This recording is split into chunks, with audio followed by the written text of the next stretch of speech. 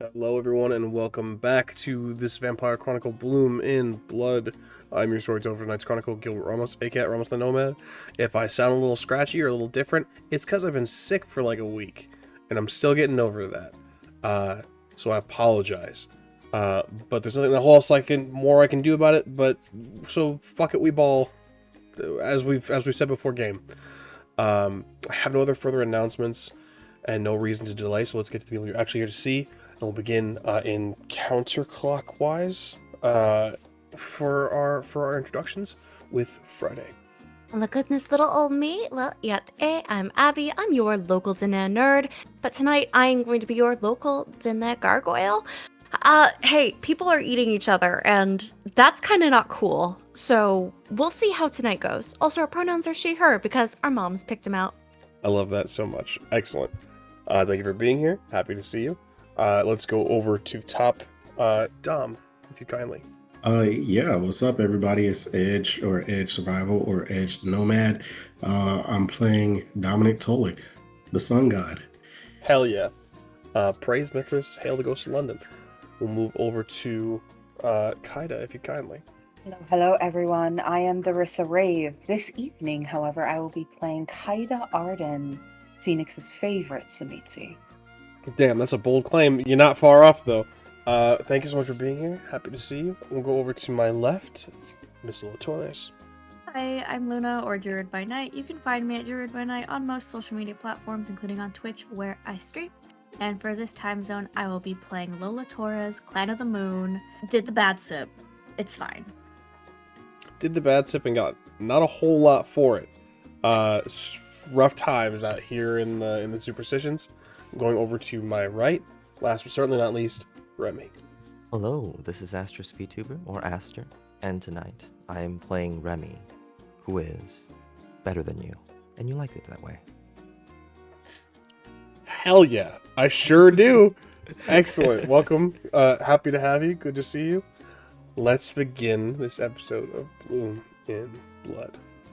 We begin each episode as we always do with a recap. And again, once again, we are the penultimate episode. No one's going to get assigned to this. Maybe for the finale as a treat, I'll give myself a break. Or maybe everyone will go on strike. Who knows? But your recap will be brought to you by yours truly. Last we saw our kindred. They had initiated combat with the Second Inquisition as they were aiming to take these strange boxes out of their convoy. They were joined by a mysterious figure wearing a mask, who turned out to be none other than the Ghost of London himself, the heir to Mithras, Mithras Reborn, the sun god Dominic Tulloch, who joined them in combat and helped them dispatch the Second Inquisition. After the adversaries were taken care of, the group had a very brief and very swift conversation about where to go and what to do next. They managed to gather up most of the evidence in regards to their the murders that they had committed and absconded the scene, dumping the SI vehicles and exchanging them for vehicles of their own in order to keep themselves safe. We had a little bit of a split off as Lola went on her own sort of side adventure as everyone else went over to the Anarch safe house to pop these boxes open and see exactly what their boons were. Meanwhile, Lola was going to Weaver's Needle, followed for the most part by Friday, until Lola had purposefully, perhaps not purposefully, unclear, crashed the car with Bianca inside of it. She then, as during the introductions, quote-unquote, did the bad sip, freeing Bianca from the broken cycle that Nathaniel loops women into. Meanwhile, the rest of everybody else was at the Anarch safe house. They had met with Julian, who was just outside, eager to see what the boxes contained. And they cracked them open to find a gentleman in a red suit and a messy-looking gargoyle. One Victor Belshane, the would-be Archbishop of Mexico City, and an unknown gargoyle. Friday was, I believe, on her way back to rejoin her friends after kind of losing Lola or allowing her to have a little bit of privacy, quote unquote, trusting her sister. And that is where we left all of our kindred. Lola was heading toward Weaver's Needle, and the rest of our companions were cracking this box open, and Friday was eagerly moving to rejoin them. So we rejoin the bulk of the group. Rejoin Remy, Dom, Kaida, and Julian. As a note as well, something I forgot to mention during my recap, Nathaniel has not been heard from. Nathaniel is still in the wind as far as the other Anarchs are concerned. Comms have been lost, and no contact has been made. But rejoin Kaida, Dom, and Remy, standing with Julian, peering at these boxes. Friday, given the time it takes to drive and everything, I'm going to allow you to insert yourself into this scene as you would see fit. Oh, Friday didn't drive. She flew. Right, That right. car is in the middle of the desert somewhere. You are so golden. Then even more so, then you can insert yourself in the scene whenever you would like. I turn it over to all of you. The scene is yours. Lola will get to you very shortly. So did you find what you need there, Dominic? Yes, one of them. But this right here is interesting. It is. Which is why I would want to make a deal with you for it. I'm all ears. Before I mentioned that I would help you secure somewhat of a home here. But now, I have quite a few assets around the city. Whether it be contacts or any sort of monetary or property that you need. I can help you settle in, like the sun god that you are, and set you up better in the city for the box. Not the one that you want, but the extra.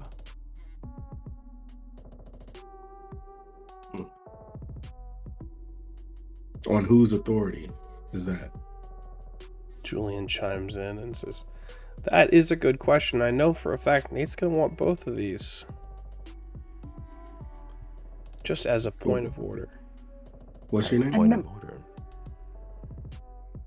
Oh, apologies. Julian Sim. He reaches out a hand. I don't take it. Is he part of this coterie as well? No. Not at all. However, Okay. we will take that step when we need to take that step, Julian. Where is Nathaniel? Your guess is as good as mine. I was hoping that since you were in the field with him, you'd have first say. No, he ran. He And was he is never in not the here. fight in the first place. So I would think that in the efforts of all of us here, we would have a little bit more say than the one that turned tail and never returned. It's funny, I never took him for a runner. Confusing. You know what Nathaniel wanted to do with those boxes. He never needed the boxes in the first place. He just needed the boxes gone. How do you mean? He wanted to lure Montalvo out.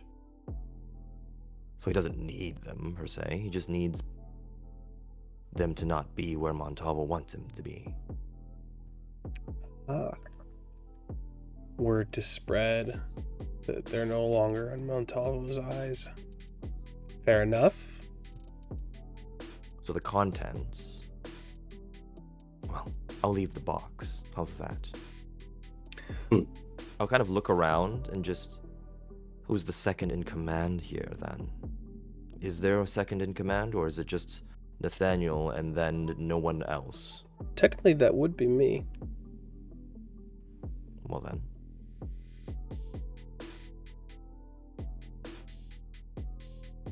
This is Anarch territory, correct? Hmm.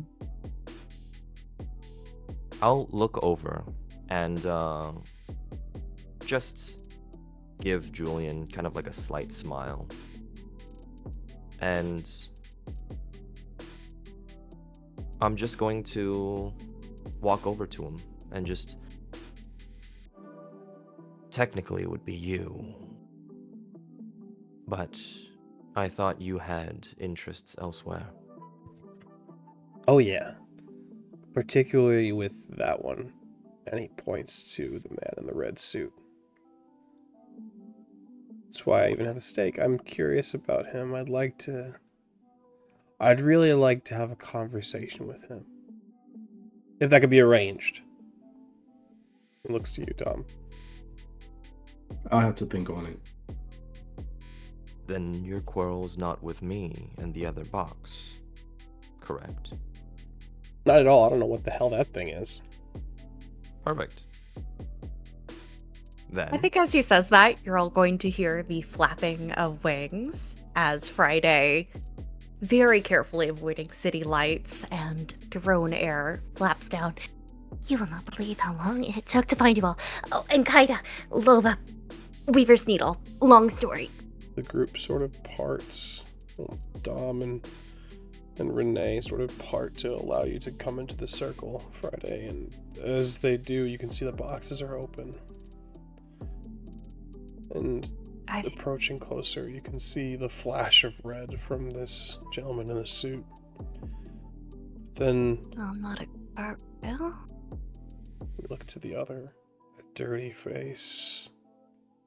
A mangled body. Warped and changed by strange magics. A gargoyle. Can't see the face just yet. It's tilted and turned in the box. You'd need to get a closer look. You'd need to examine.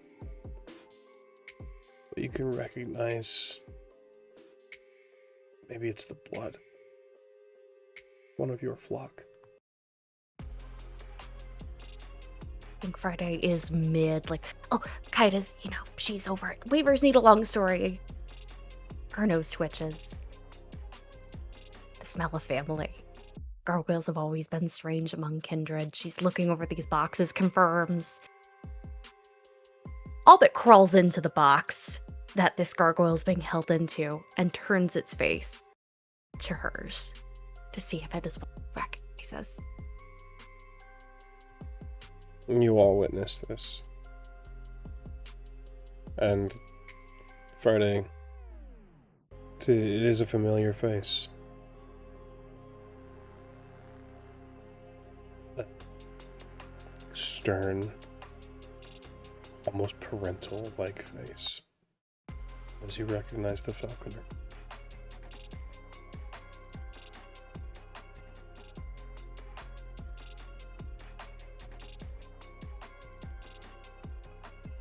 Anyone who's... imagine you're all looking at me. I'm in a box with a corpse. Friday's face goes through all 5 stages of grief before settling on relief.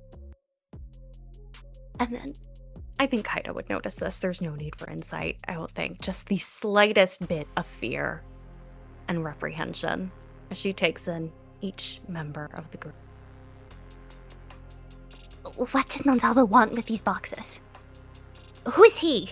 I know her. This is my sire. She's family. She's coming with me. And I'm not gonna hear no's about it. She's balancing herself as if she's nauseous. She's vibrating with energy. I'm going to, if possible, just walk up and put a hand on Friday's shoulder and just... It's okay. She will be coming with us. I would assume that there is no problem with that anymore. And I'll just kind of look over to Julian and then look over to Dom. I'm good with it.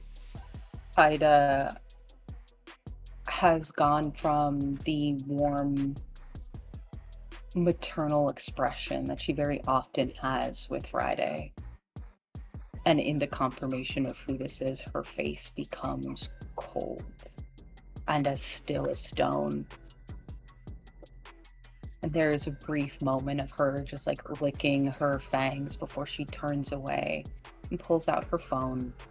And she messages Lola and just says, "Are you safe?"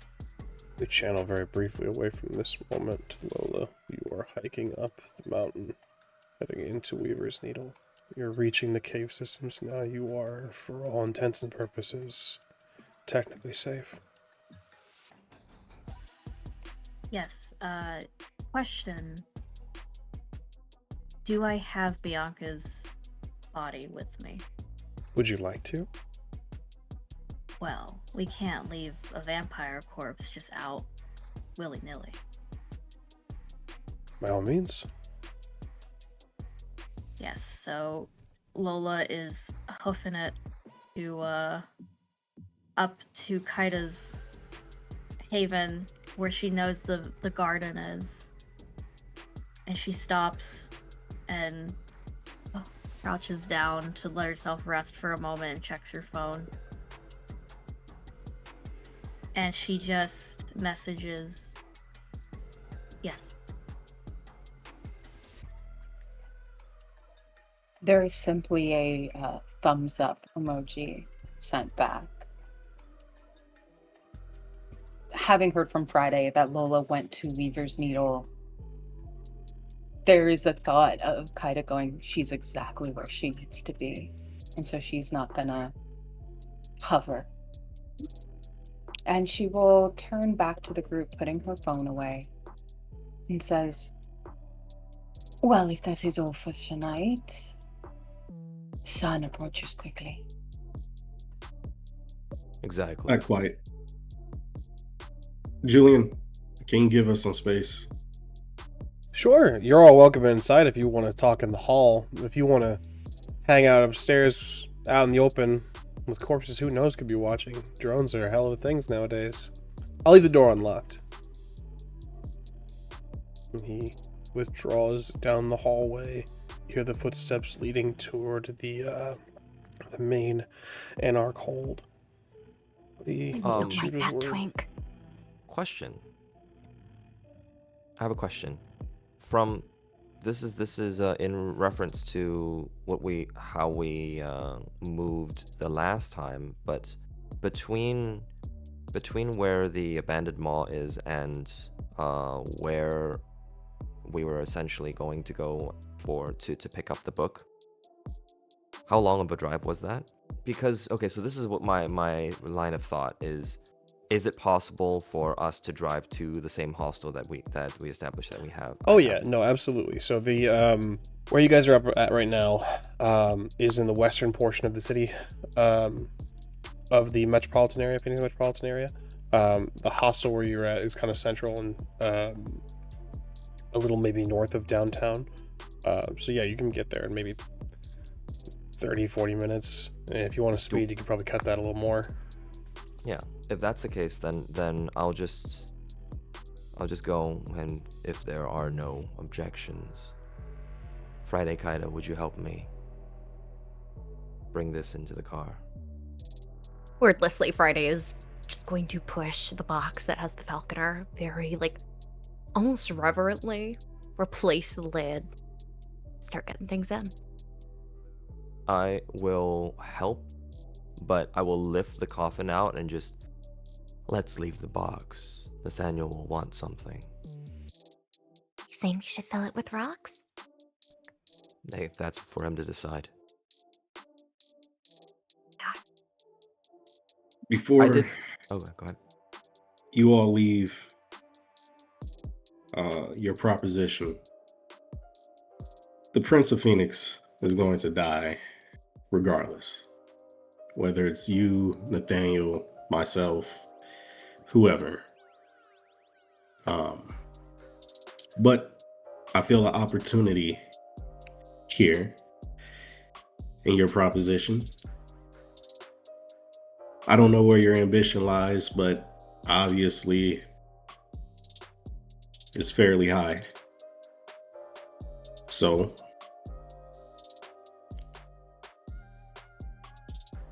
with that said, if you and your coterie aspire to rule this city, let it be known. And if it's true, you could consider myself an ally. Your enemies will be mine, and I'll be sure to back any play that you do have. Of course, none of this is free, or at least freely given. You mentioned a domain to be given, but I would require more. I raise my hand out towards Dominic. There are many things that need to be required. I understand that. For any partnership to work. As per our conversation in the car, I would say that you and I can make something work. You need resources, I have it. I'll tell you exactly what I need. A domain, a place for me and my followers. Before we continue this, and I'll just kind of look over at other people. Let's have an audience a little less weary than this. For now, my word and yours. And I'll raise my hand again.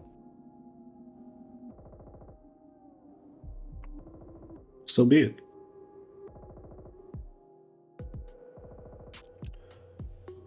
Dominic, you are in a unique situation, and this doesn't necessarily draw out into the city, but you yourself, I want to know your opinion of this. With everything that Remy is saying to you right now and the deals you're making, do you view this as Remy declaring praxis right now in this moment? From what I understand, yes, I do. Understood. Your opinion is one thing, your knowledge is one thing, the city is another. He needs to make this public. But it's good to know your opinion and your viewpoint. Please continue. Before we truly leave this audience, I wish to make my claim here amongst the kindred. And I wish you all to be present for it. Freddie looks a little edgy at the mention of being a witness to anything. I think she's looking at everyone else, seeing what their reactions are. Kaida raises an eyebrow as if to say, I'm listening. Does Dominic shake Remy's hand? Oh, yes. My apologies. Okay. If that's the case, then I will just kind of nod. You have my ears? Well, let's go inside so the rest of the kindred can hear. Of course, what's between me and you and us is our business. So rest assured, has nothing to do with it. I merely wish to have witnesses. Then I will honor that. I'll follow him. As soon as we make sure that the Falconer is in the SUV that I drove in. And put everything safe and stuff. It has like tinted windows except for the driver's seat, so we're okay. You do this. And Friday, you assist with this. And Ida, do you assist with this? No. Friday, you leave your sire in a box in an SUV. Do you follow Dominic and Remy down as Dominic makes his claims? Or do you stay with your sire? I'm gonna make a willpower roll. Apt. Kaida is going to follow with Remy. She essentially positions herself like his second. She is not in front of him or anything, but just like right next to him as they walk. Understood.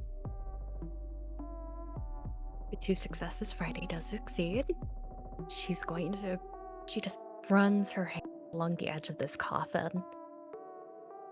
I'll be right back. It's gonna happen.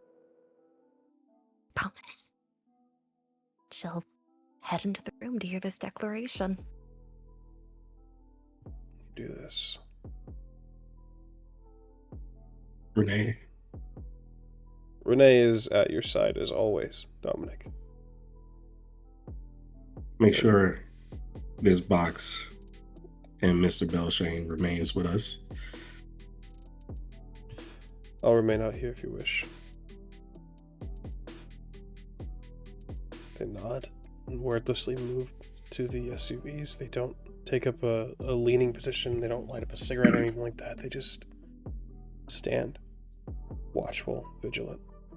And as you all withdraw into the Anarch hold, we cut our vision over to you, Lola, as you make your way into Weaver's Needle. You've only been here once, so it's difficult. Try to remember where you're headed, but you are gifted with aspects. And perhaps by other things, guided into Kaida's home. Yes, Kaida. Maybe due to the aspects, but she will start to see symbols that have been carved into the walls. Carved is the wrong word. Some sort of marking has been left to guide her to Kaida's haven. One of which is it has 2 hooks and a line down the middle, then one across at the bottom, and at the very bottom of it is what looks like a teardrop, or perhaps a blood drop, but it means safe place. It is a symbol of the Bahari. She'll see others too, but like in the way of these are meant to be distracting symbols, but that safe place one is what guides her into the haven. And you make your way in, Lola. Lola will. As she's walking, she's silent. And her head is clear. All that can be heard in the cave system is her own footsteps that are heavy. She's carrying Bianca's body.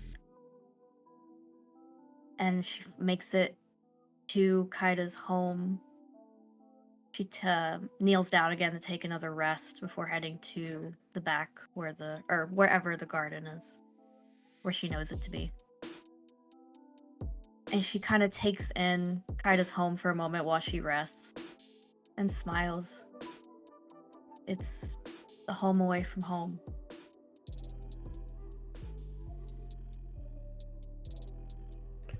You do this. You go to the garden. Kaida, we've not had a chance, at least on screen, to witness your garden. I don't believe. If you would care to describe the flowers, the foliage, the plant life. There are flowers that Lola would recognize as native to Phoenix, sort of around the edges of this pit, we'll call it. But as you move further in, there are flowers that maybe you recognize as you are a baker, but you would know they are not native to here. Hibiscus flowers that are absurdly vivid, bright in their pinkish reddish hue. And as you step closer and perhaps step into the pit itself, there's a squelching that's not quite natural. And when you look down, it is a mixture of dirt and blood. And as you move through it, there are things in that feel reminiscent of perhaps body parts, but they don't rise above. They remain where they are. You see that the flowers move and almost breathe. And I think it would be easy to tell that they are feeding off of the viscera that is on the floor. So while the scent is floral, there is this undercurrent of decay. But at the center of this garden is a tree. Large roots that have sunken deep into the pit. The center of it towards the bottom, the roots, the way they kind of intertwine with each other, and yet there seems to be a space. As you draw closer, you see that's not bark, that's flesh. And this is a womb. Deep within the tree is darkness. But there is no denying what it is.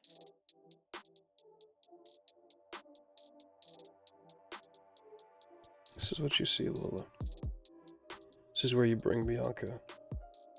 What happens next? Lola approaches. She does her best to square her shoulders and keep her chin high despite her one dot of strength. And she approaches this tree, this hollow in the tree, and sets and looks down at Bianca in her arms and says, "We came from the mother, and to the mother we return." And very delicately sets Bianca within the tree hollow, within this womb. And the plants fold. The foliage caves under her weight. The vines, the roots, the leaves, things that are native to Arizona, things that are not, grab and take her in. And Lola, do you watch this happen? He does.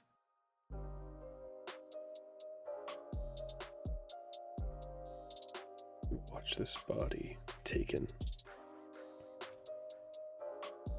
Maybe not by hungry plant life. Maybe it's your eyes playing tricks on you. But you see as the vines grab, the leaves hold. They don't gnash and eat. But Bianca falls into the embrace of a woman made of plants, holding her close, returning her somewhere unknown. Lola, you are alone.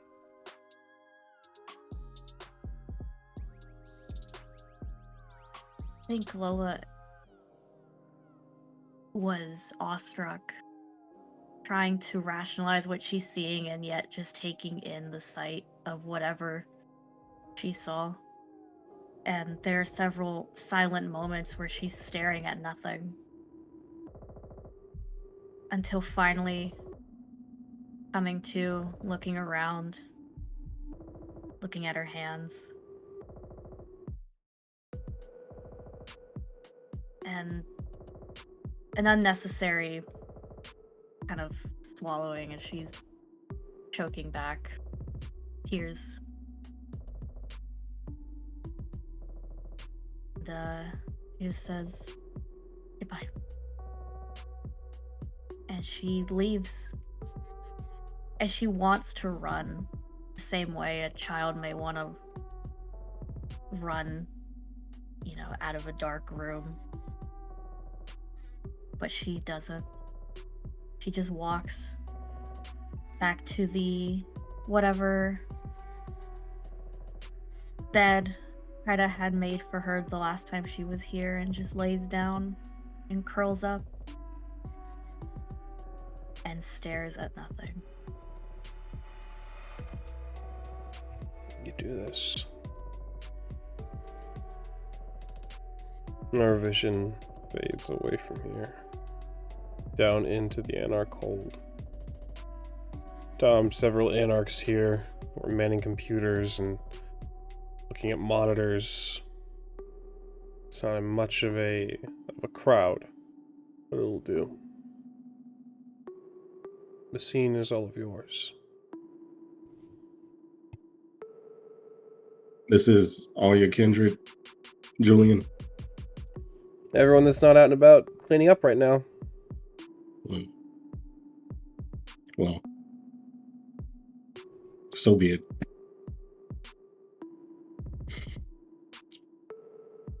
Out of character. I do have a lore sheet. Lineage of title. I don't know if that could be applied or not. What a detailed lineage of title. So, lineage of title is of the pure Ventru lineage. It states you come from a line of princes, primogen, or possibly barons. If you ever attempt to acquire title in a domain, Ventru, even those you've never met, will automatically support your claim unless they have sufficient reason to oppose you. Now, I'm not trying to acquire a title in the sense of, Camarilla or Anarch or anything like that, but I am attempting to establish my title as Mithras here in Phoenix. Indeed. It will not help you in this room, but when word gets out, it will. Well, hear me, kindred of Phoenix. I am Dominic Tolik, the Bull God. Mithras returned. I'm here to announce to all who view that I'm not here to take your city, but I am here to fulfill a prophecy. Where the sun is merciless, strength is true. Where fires endures, the strong is revealed. Phoenix will be the home of the Mithraeum, of my Mithraic mystery. And I welcome all, present or not, to come, learn, participate, devote themselves to a higher cause, or to challenge me, if any of you feel eager. Prophecy will be fulfilled, and so will I. Hey, ST. I fucking knew it. What's up? Quick question. This prophecy. Do I know it? Distinctly no. From your lineage, from your upbringing, and from your faith, no.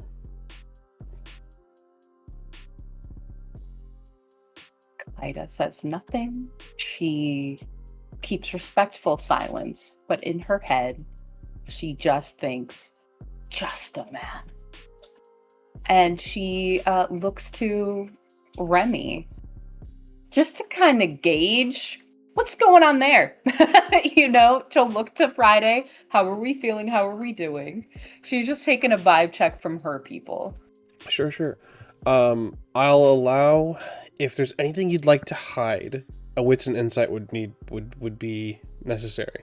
If Friday and Remy are being forthright and kind of just allowing Kaida to see what can be seen from just a glance, then no rolls are necessary. But y'all let me know if wits and insight and subterfuge rolls are necessary. Yeah, for sure. Hey, y'all hear about the Tremere, perchance, and how that went down? Friday's kind of freaking out about it, but let's see if anyone shows. Yeah, I'll do that That's too. 3 successes. Okay, give me a wits and insight, Kaida, against everyone else's. Well, hold on. Let me roll as well. So I'm gonna rouse the blood. If there's We're anything you good. want to keep close to your chest, Remy, Friday will be subterfuge and wits. let me see. How hungry am I? Okay. Oh, with that. Actually, let's see. I think there's nothing that I'm keeping to my chest. Actually, I'll say. You'll see that Remy seems to be calculating something, but as stoic and straight face as understanding as possible. Understood. What was the results of your roll, Kaida? 7 on a crit. Friday. What does Kaida see? He is stoic, to anyone who doesn't know her well. Still a stone, you might say. But Kaida, I think, as someone who's been around Friday, has earned Friday's trust and affection. Notices she's doing, her tail is waving the way an anxious cat's does. Her claws are still terribly long and serrated from your handiwork, are tapping on her arm. Her body is just in on itself, and she looks like she wants to be anywhere but here. This is what you see, Kaida. She is going to move herself next to Friday, in front of Friday, and simply raise up her chin and looks down into her eyes and just raises an eyebrow. Friday's trembling as you do this. Just, if the gaze could speak, it is just, please. Please don't kill my sire. Please don't do what I think you're going to do. Just please. There is a moment where, as she sees that anxiety and that fear, Kaida almost leans in, still staring at her. And she takes a very unnecessary breath, as though she's breathing in Friday's fear, and then just kisses her on the forehead and backs up and turns and looks at the rest of the kindred here. While this is going on, Dom, you've made your declaration, and one of the kindred here speaks up and asks you, a Mithraeum?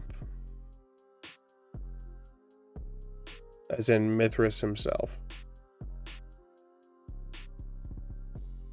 Yes. I thought he was dead. He stands before you. Look, no offense, but we've got a lot going on in Phoenix. And I get it, venture ambition is crazy, but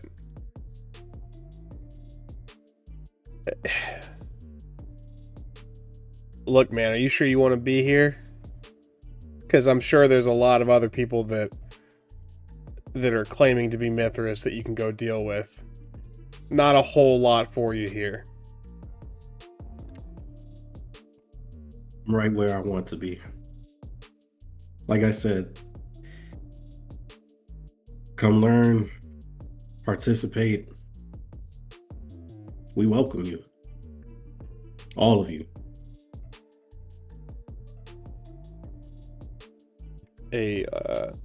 Another kindred speaks up, Dom.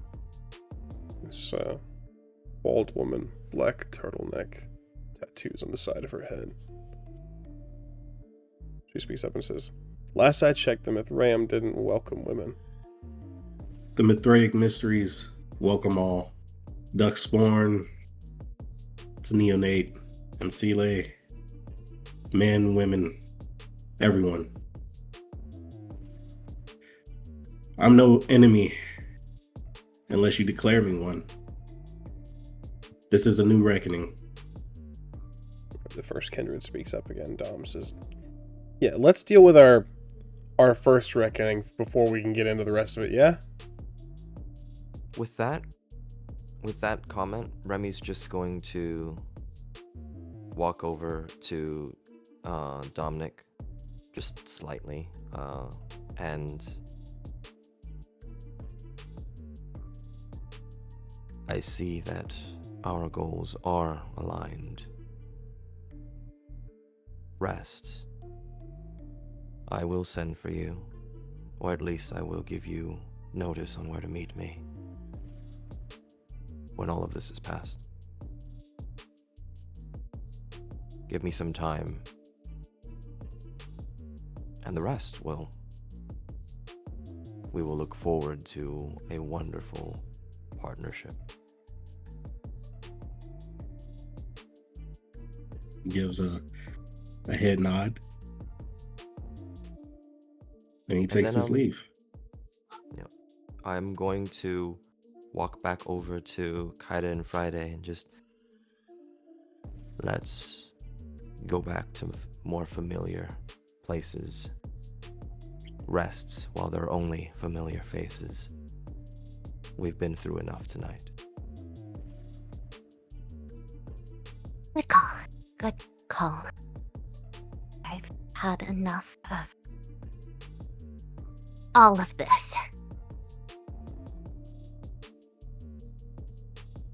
Haida looks over at the other anarchs. None of you saw where Nathaniel went. We're still looking for him. Do you have a lead? He was with the roaming street parties. I did notice him with several women. But that was right before all the fighting began, and he never joined. You wouldn't happen to know anything about that, would you? She is looking at the kindred that's in charge of comms. The room kind of looks at one another and just, I lost comms right after you guys called that you guys needed help. How convenient. And Kaida will turn and leave. This is a, as you do this is not taken well.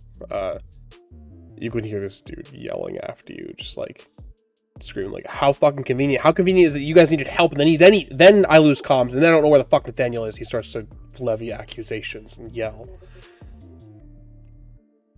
Ida just turns her head and she grins this shark-like smile. Has it occurred to you that perhaps Nathaniel is not who he has claimed to be? Yeah, no, I've thought about real deep about who my allegiances are. You know what else I've thought about? How well the dragons stick together. Sweet child, you know nothing. Not of me, nor of my clan. Yeah? I know your blood. I know the stories. I know that the landlords stick real close. I'm just going to walk in between his eyesight and just kind of block his vision from Kaida and just go, regardless of what you know, there are natural tendencies that our kind need to worry about. So we're going to take our leave, and you are going to rest as well, because Nathaniel needs to be found, whether we like it, or you like it or not. Yeah, you're gonna take your leave, Remy. Right when our leader's gone, right when you introduce some new fuck who's claiming to be Mithras, right when Nathaniel goes missing, He leans around. Go you, and I mean, find looks at him. Kaida. You should go and find Nathaniel and talk to him first. Because I've done nothing else other than facilitate whatever you wanted us. Is that right? Where are the Is it possible boxes, for me Remy? Is it possible for me to make any sort of a charisma or Yeah, or absolutely. persuasion check? Go ahead I- and give me. I'm gonna ask you for a manipulation persuasion. Perfect. And this is a social skill, so I am going to be using my +2 in Your pretty for dice. looks. Yeah, the pretty dice. I should actually designate 2 more d10s that are like other color for pretty dice, but it's too late for this now. Let's see. Friday will see Kaida. She will see something very familiar. That monstrous look that came over her face before she removed the former Banu Hakim from Phoenix kind of appear. She's like looking over Remy's shoulder. But for you, XT, she marks this kindred.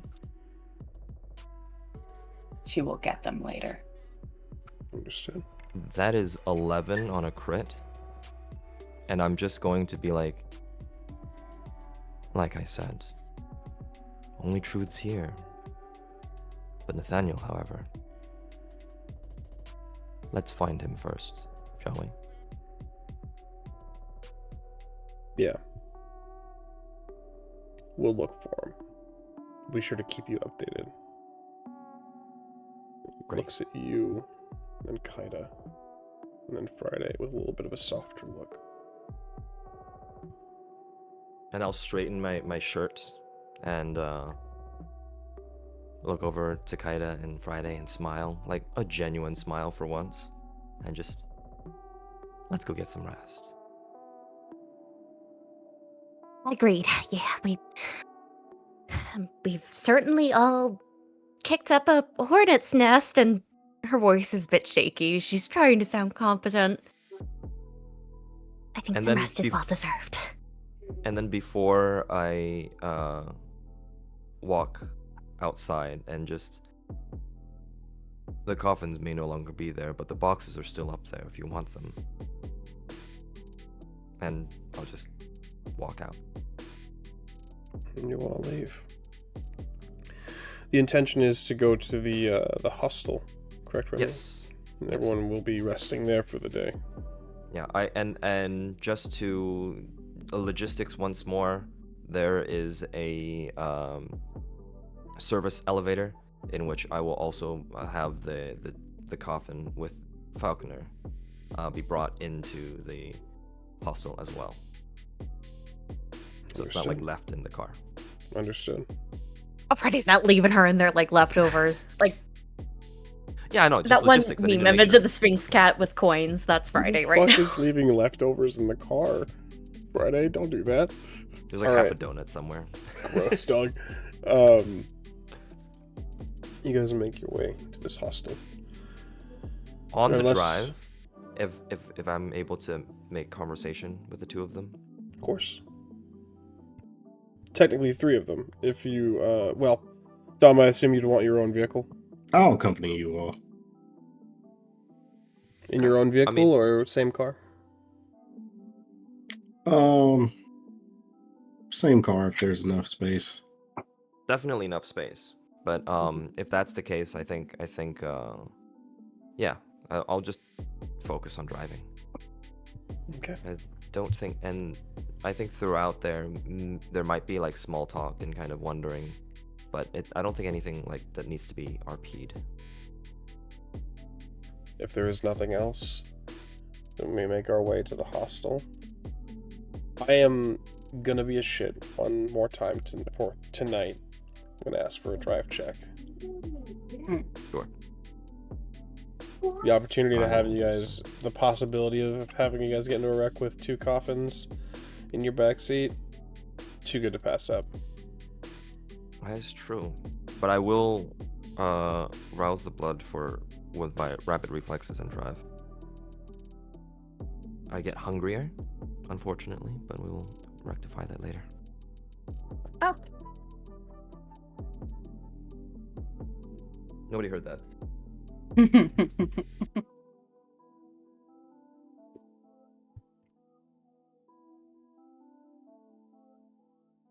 5 successes.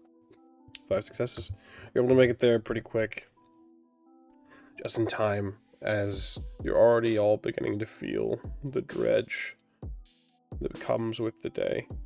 You may make yourselves at home here and rest easy. Any last minute conversations that need to happen before day sleep takes you. Items of note. It's been a long night. Indeed it has. The only thing that I will say is when we get back to fully get back to the hostel and everybody has their own rooms and stuff like that, or like I'm showing everybody to a room, I'll just very lightly once again to Friday and just nothing is going to happen to her unless you want it to. But if there is any inclination that she mistreats you, my loyalty is to you, not to your sire. Right. Her face has just been twisted in this. It's twisted. It's like a gnarled root tree. She's just been thinking all night, and she looks at Remy. Thanks. I'm sure I don't have to give you a history lesson on how important flocks are to my kind, but I can see it. I've got a lot to think about tonight, and maybe tomorrow. We all do. And to be honest, flocks or not, the experiences that we've had, I consider all of you somewhat like a flock. That also means whether or not you like it, I will be acting in your best interest, even if you don't. She gives you the tiniest little smile. That means more than I could properly articulate, Remy. I want the same for all of you. For all of us. It's getting early. Sleep well, mates. She's gonna curl up like a big cat on top of that box and wait for night to end. And you all do this. You rest in your various domiciles. The sun rises. People move. The city continues without you. And then night begins to fall. I'd like everyone to make your nightly rouse checks as you begin to stir. Ida gets hungrier. She is at 3 hunger.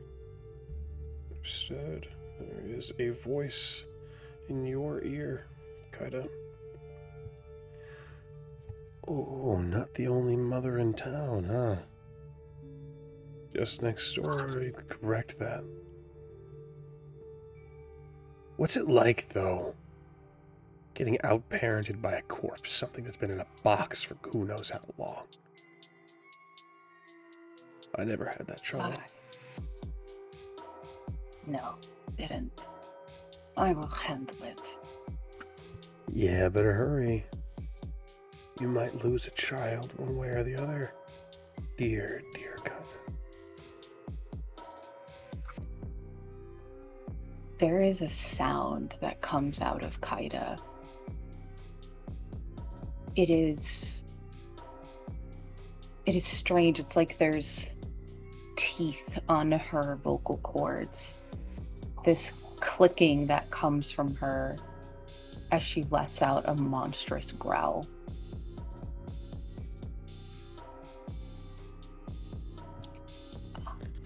And I think whatever she's holding breaks in her hands. How is everyone else's rouse check? Dom? Build 3 hunger. Familiar voice for you as well. This is something else entirely, don't you think, sweetheart? The Valley of the Sun, a bit on the nose. Why don't you just come home? And you could cover your tracks too. All these new friends you made, they don't need to remember you. You can just leave as you came. I am home. We'll see. You're always welcome by my side. That's appreciated. Friday? Friday's hungry. 3 hunger. A familiar voice for you as well, Friday. Technically speaking, I'm here and she's there. Which one of us is really real? Maybe if you just combine the two, everything will be better. Then Kaido wouldn't have that hungry look on her face. It's what I would want. My own daughter taking me instead of some random stranger. Some would-be mother to you. Not a usurper. You think I'm one of those You can backstabbing be cowards? I'm strong. not. You can be strong. And I can be a lot stronger than you. We'll see. Remy. Before I say anything, I want to preface that we did establish that the mini fridges have blood because of this specific hostel. Just want to make sure that that is a thing. Oh yeah, we'll get There to are that. blood packets. Okay, that being said, I have 4 hunger. Ooh. For you, Remy, it's an unfamiliar voice. Something you don't recognize. Or at least, you barely remember. Remy. This is what happens when you get involved. Cultists come knocking at your door. Corpses of powerful kindred on your doorstep. This is why it's all too much. But you can change it now. You know this place better than they do. You can just clean up and go back to a life of silence. I am changing it. I'm improving it. And I'm the one that carries our blood, whilst you fucked off somewhere 100 years ago.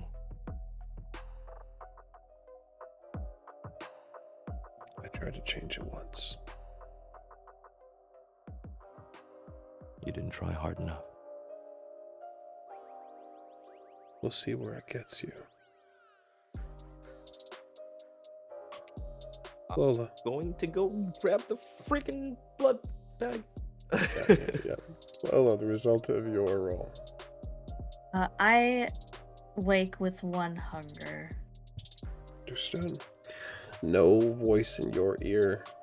Just a stirring already. Yes, Lola. Can I heal?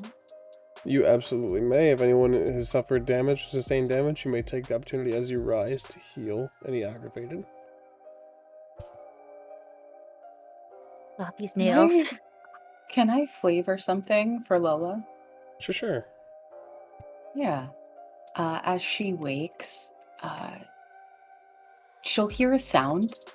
At first, not knowing what it is. Maybe it's like a critter that got into the cave or something. But as she kind of focuses in on the sound, she hears movement coming from the garden. And that sound of squelching is a little louder than the night before. And all of the flowers are wide open and bloomed. And there is a soft humming that most would say is just like the wind passing through the tunnels. But for Lola, it sounds like a woman humming a lullaby. And it fades as you wake up. Indeed. And as the rest of you have risen, looking in the mini fridges, you can easily find bagged blood, just like hunger if you're able. Kaida, no one not able to? I can't. I have a Yeah, I you have do. a preventative, so I You cannot. sure do. And I believe Dom, actually being Ventru, this was going to be an issue for you as well. So Friday, you can have a drink if you so choose. Friday doesn't eat people, but Friday is, I think, it's very much like teenager coming out of their room at like 5 a.m. She's getting a couple of blood bags. It's for when she wakes up. And then, really, she's just getting breakfast ready for her mom. Breakfast in bed. How delightful. Indeed. Lola. One hunger, you don't need to just worry too terribly much. What you do need to worry about, though, is the flowers are in full bloom, and as you examine and begin to prepare of how you're going to leave Weaver's Needle, what your plan is to get away from this mountain and rejoin your friends with no vehicle,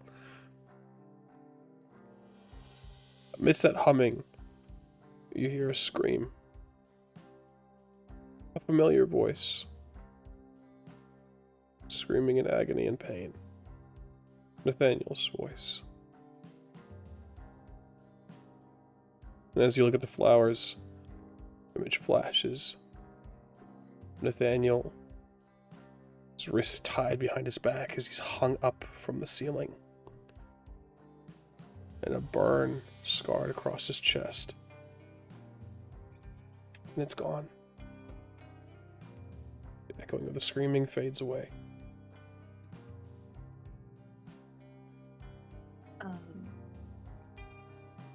I think between the flowers and the scream, and obviously the healing, because I did roll one failure for my healing, but for flavor, I think between all of that, Lola's hunger rises once again.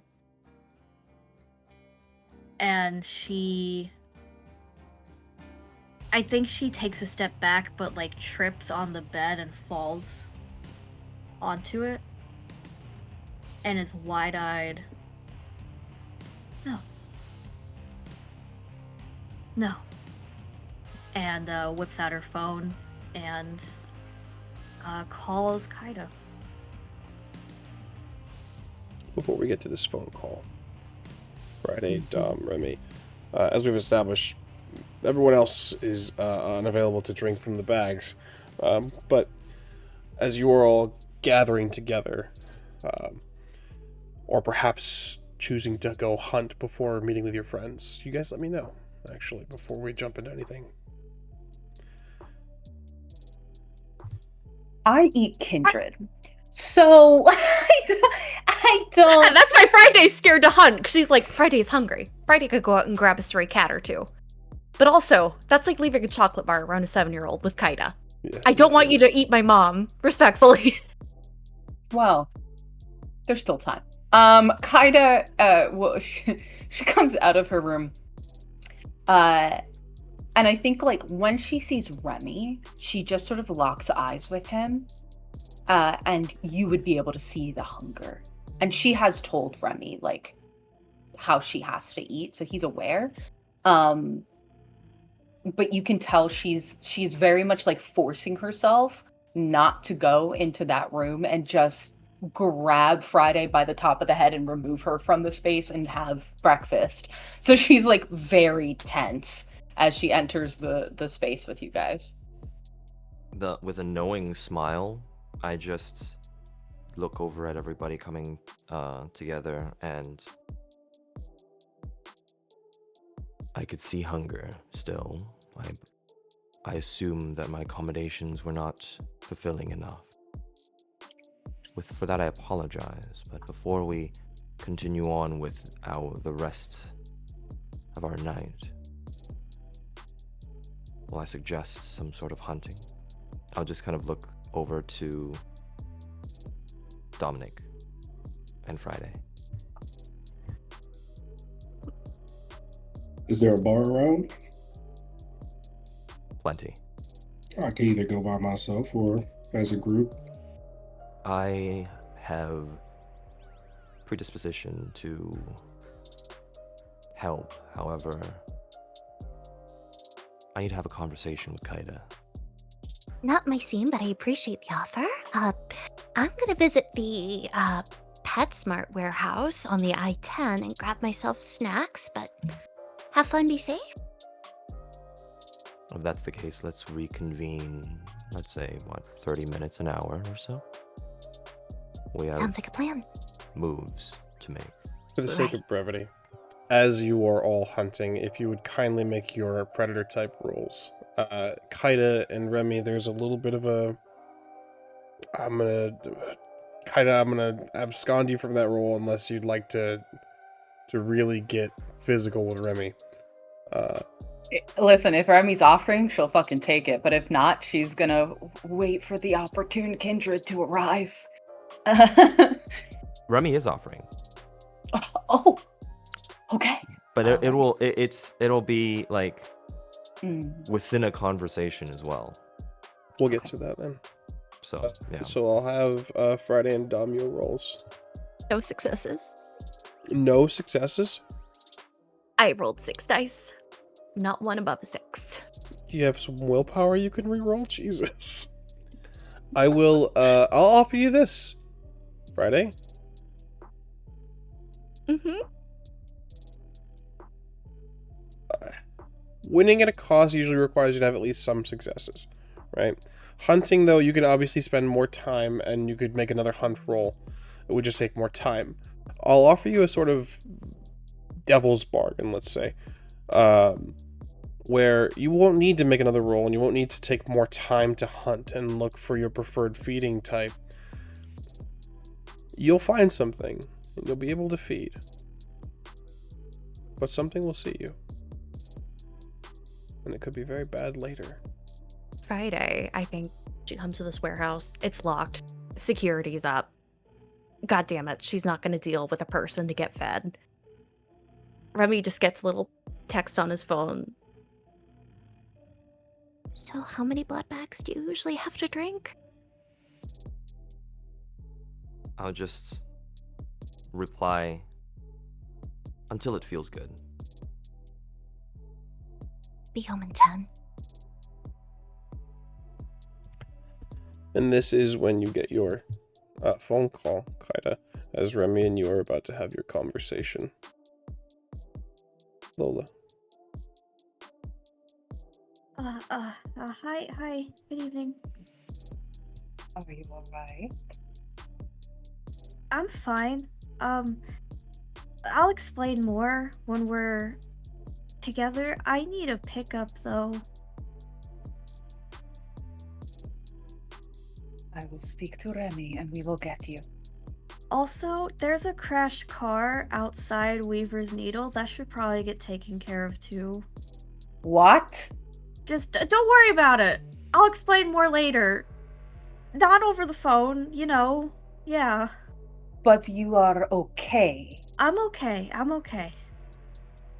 Nothing that can't be dealt with. later. We will see you soon. Okay. She hangs up. And she's like, what? But just looks over at Remy and just, you see her hands kind of opening and closing, and says, it seems our dear Lola has crashed the car. Well, she was supposed to get rid of it, so it's fine. Yes, she needs a pickup. Where? At the Weaver's Needle, my home.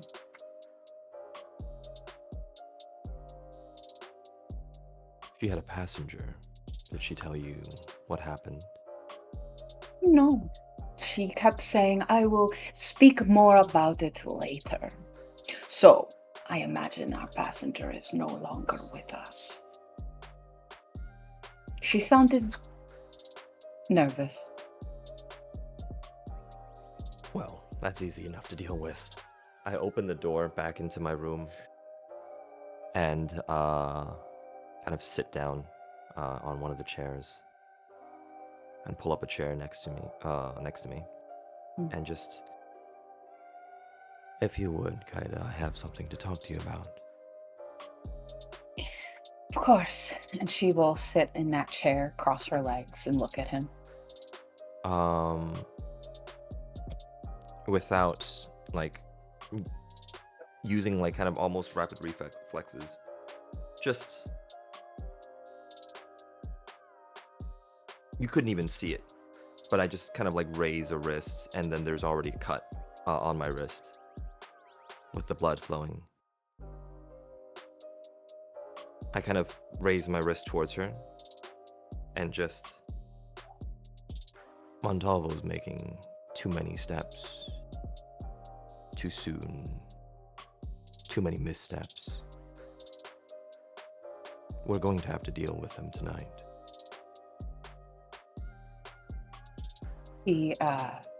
Her eyes are zeroed in on his wrist. It almost looks like she's not listening. But she gently grabs around his arm and his hand. I don't like traitors, no matter what clan they are from. Understandable. I had spoken to Geraldo, and we've already gotten a little bit of an understanding.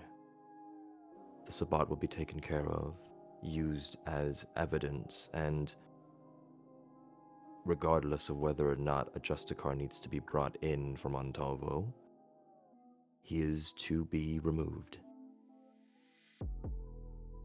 I vote that we take care of the problem ourselves, take the credit. And Geraldo was already going to give me deference to become the Prince of Phoenix. This will solidify it more.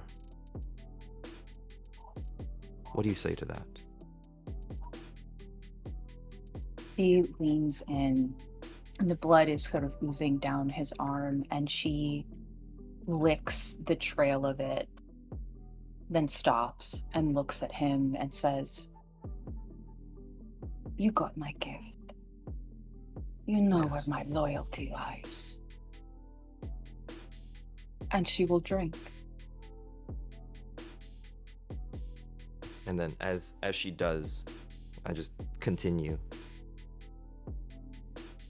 Dominic Talik is an ally that we cannot refuse, and is someone that I don't plan on refusing, simply because our enemies are elsewhere. I've been here for the Anarch rule. I've been here for the Camarilla move. And we still have kindred missing. Montalvo might have the answers. He drinks She is gonna take 1 dot. You are going to make me a Wisdom Resolve roll. Oh my god! Don't let me fucking kill Remy. Okay. Well, we're gonna rouse the blood. Actually, is what we're good. We're good. We're gonna rouse the blood because we're not gonna kill Remy. Wits and resolve you need from me? Okay. Wild that you're going to rouse the blood to try to not drink too much. That's crazy to me. Not to deoperalize my friend. Yeah. Yeah. Okay. Fuck. Child. Oh, I'm scared. Oh my god. Okay. This is really funny for anybody that follows all the other games, because in the werewolf game, Chester almost killed Delilah in the same way. Just saying. Yeah. That did happen. So Can we kill each other in the freaking universe? sick. We did well, I think. So 9 on a crit. However, there is a skull on one of the hunger dice, so I don't know. No worries. That would be a bestial if you had failed. 9 successes, you're going to successfully take however much you want without the beast taking any stock in this decision. Okay. Yeah. So we're gonna take 1 dot. And she stops feeding, but her mouth is still there, and her eyes flip up at Remy, and she's staring at him for a moment, looking at him in the eyes. And then she just dislatches and says, I can deal with my clan if that is what you desire, Prince. I just need you there. Whoever deals with him, it doesn't matter. He just needs to be dealt with. But I need all of us there. Then I will be there. As our eyes fade from this conversation, we join you, Dominic. Renee is with you, as we had detailed. The entirety of all of you had gone with you the night prior. And as you hunt, what is the result of your roll? 5. You find someone suitably drunk, Dominic. Someone who's gotten the night started early at one of these clubs. Some place called the Asylum. And they drink, and then you drink, and you drink, and you drink. How much do you take? If I remember correctly, I can't slake my hunger entirely without killing somebody, right? Correct. And with a blood potency 3, that's even harder, right?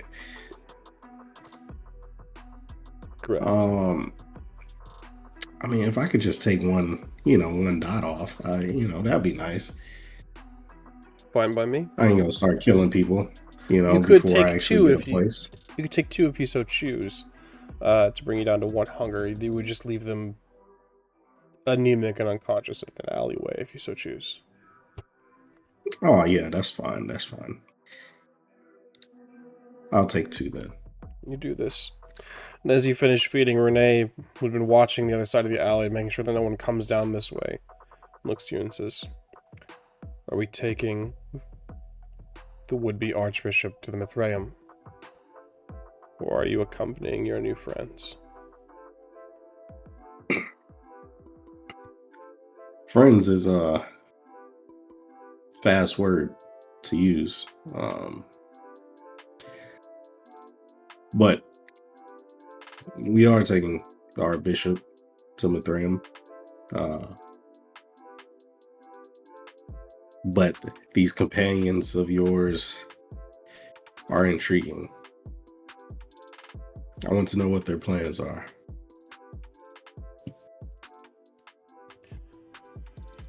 I had expected us to leave this place once we retrieve these coffins, my lord. I didn't know you had any intention to stay. To leave Phoenix? Yes.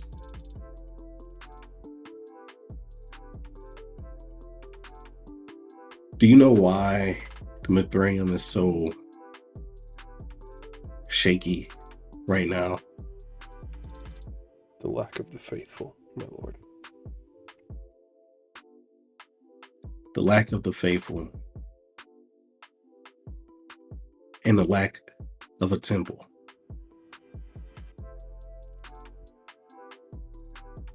We were at our strongest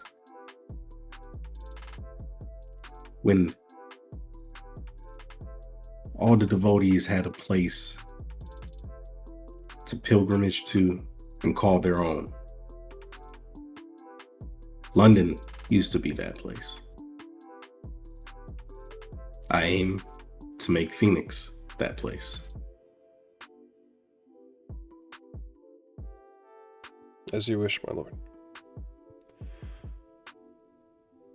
If it pleases you, I will take the coffins to Mithraeum. This will free you for a dalliance as you wish. If you wish to accompany your new allies. And what's your say on them?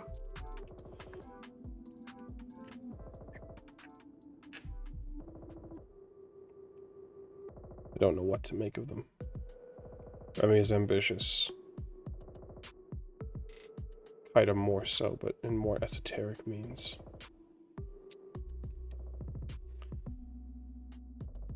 Lola is lost. And Friday is...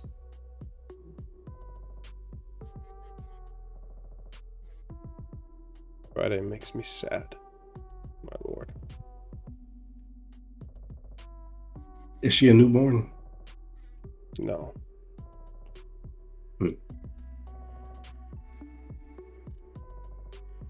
Seems timid.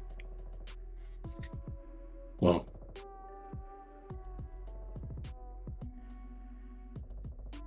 take Mr. Belshane.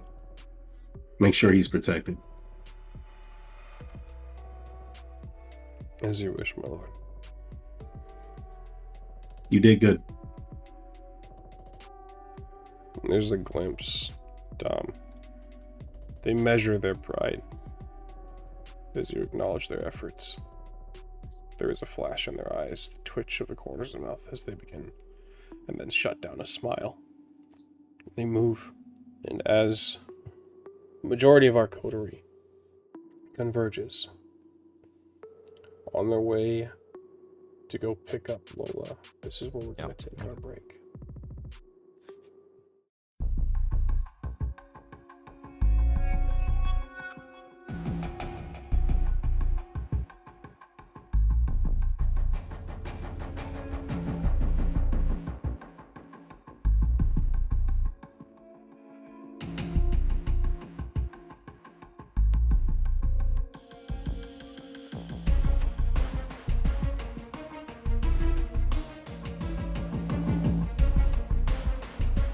When I first came to this country, I had nothing.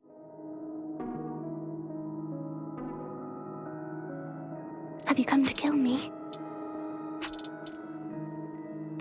I am simply descended from survivors, and I always survive. Life doesn't stop when you die. My blood is not welcome in Camarilla cities. Did you love your mother? Dearly. I did too. I'm not a fan of father. Crying takes more breath. I've learned that the hard way. Fuck, Roman. Fuck. Everyone has a voice in my Phoenix.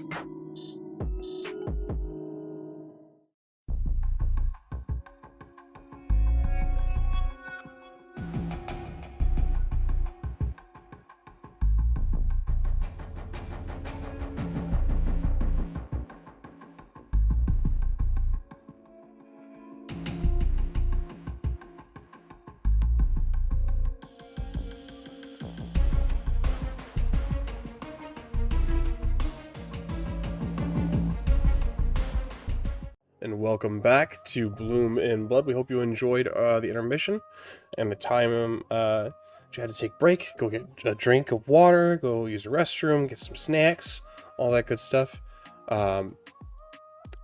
We're back at it, gang. We rejoined our coterie, not where we last left them, but as they are making their drive just before they reach Weaver's Needle to go pick Lola up and figure out what the hell's going on with Nathaniel and what's going on with Lola, really, because there's a crashed car and she said nothing to anybody, so that'll be fun to deal with. But we rejoin our coterie, all crammed together, our coterie, I should say, plus Dom, all crammed together in one car, minus Lola, right before you reach Weaver's Needle. The scene is yours. First of all, it's a pretty it's like an 8-seater SUV, this particular one, so that we were cramped last time because there were freaking 2 coffins with us, but it's not that bad this time. And I think the first thing that I would say while we were driving, and just not to be too forward, but your church, what is the ultimate goal? Like I told the Anarchs, Phoenix was going to be our home. I'm not sure if you're familiar with the schism within the Mithraeum right now. I am not, but unfortunately. Well, I am rebuilding the Mithraeum. I want to see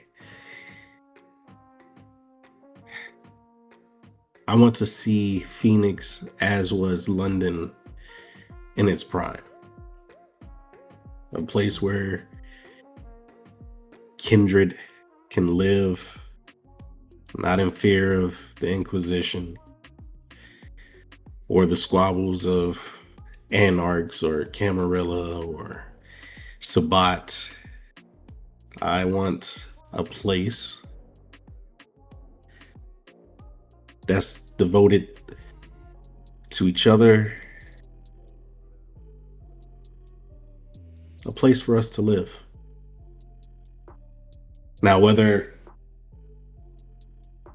I'm worship or not is null and void. I will have my people, my followers, regardless. But I'm not a forceful God, so to speak. With that being said, then, within this particular vehicle, I would say, I am not just a Toreador. I have the blood of the Nephilim coursing through me. And that means all this squabble, all this Camarilla, Anarch, Sabbat, all these things don't mean anything to me. They don't matter. What matters are the kindred. I had understood, after being oppressed, I would say, under Anarch rule, Cam rule, that there will always be infighting. This was the perfect opportunity for me to create something that had no infighting. We have many spears, and instead of pointing at each other, we should point it at those who decide that they want to destroy us. Kindred in general. Before this conversation continues, I would like Friday, Dom, and Kaida, all 3 of you, to make a wits and occult roll, please. Question. Mm-hmm. Because of Dom's previous coterie and Constantinople and I have a separate things. DC for you. Okay. You said wits and awareness? Or wits and occult? Wits and occult. 3 successes from Kaida. Friday? 2. 2 successes. Understood. 4 successes with a crit. Success with the crit. Friday, unfortunately, not sure what the Nephilim are, what that means. It sounds like more cult stuff, but you're not entirely sure. Kaida, you have a vague understanding of that is cult stuff. Remy has the blood of the Nephilim. There's something of a memory that crops up, a name, a moniker, really. Children of the Angel. That's really all you get. You know that it's strange and esoteric. Dominic, you recognize this right off rip. You had a Giovanni companion that waxed poetic non-stop about the dream of Constantinople and the Nephilim, the angel's role. Please continue. So with that, I understand that our goals are ultimately aligned. A home for all of us.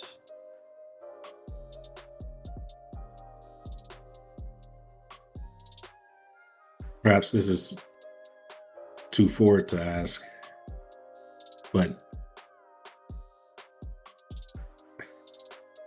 is your goal to recreate this dream?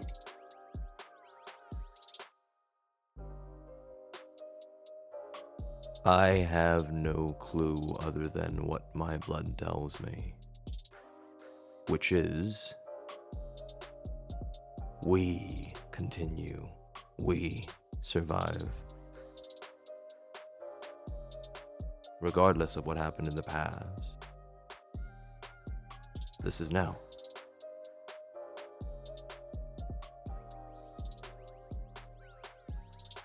Well,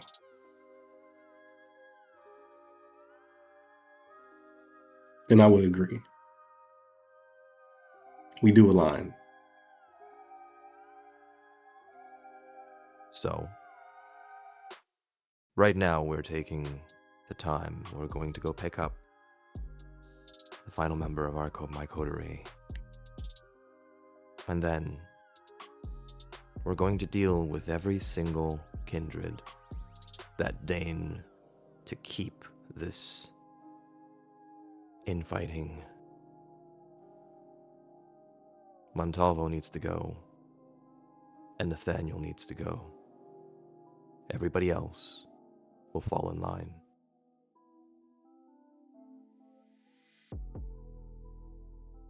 Well, I don't wish to create any schisms within your coterie, but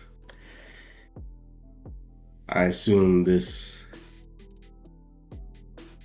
goal is shared amongst you all equally. Yes. Everyone desires a home, one where they are safe.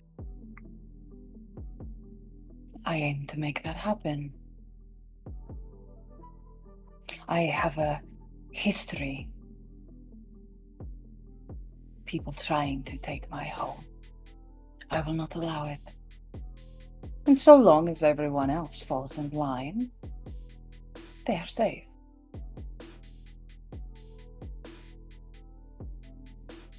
I'll be honest, I'm not terribly familiar with the teachings of Mithras or... And I think her eyes just flick away from Kaida. other faiths, but I have come to regard this coterie, these members of it, and our associates quite highly. And I think loyalty for loyalty is a fair price. I want to see us all unmarred, unshaken, unbowed. And the prince has held up that end of his promise. If that makes sense. Indeed it does. And with this, you arrive at the point where you need to get out of your cars and begin the hike up to Weaver's Needle. Unless, Lola, you'd like to meet them by the road. Yeah, Lola, knowing they were coming, would have sat by the road. On a dirt road, you see Lola Torres alone and in the same gear and outfit that you left her in last night. Ida is the first one out of the car. Question: did we see the crash on our way? Oh yeah. In fact, I think. Give me one moment.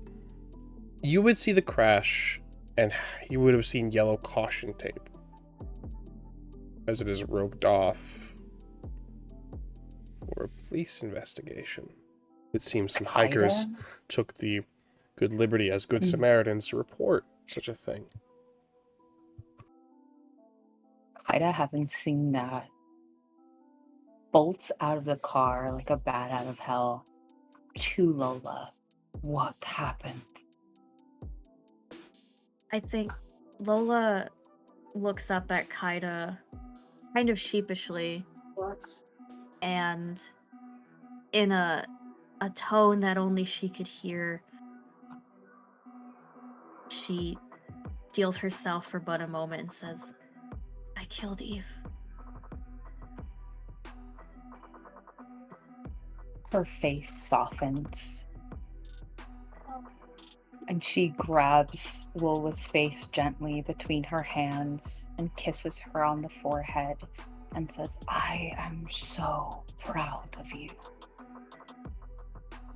But you left a mess. We will have to handle that.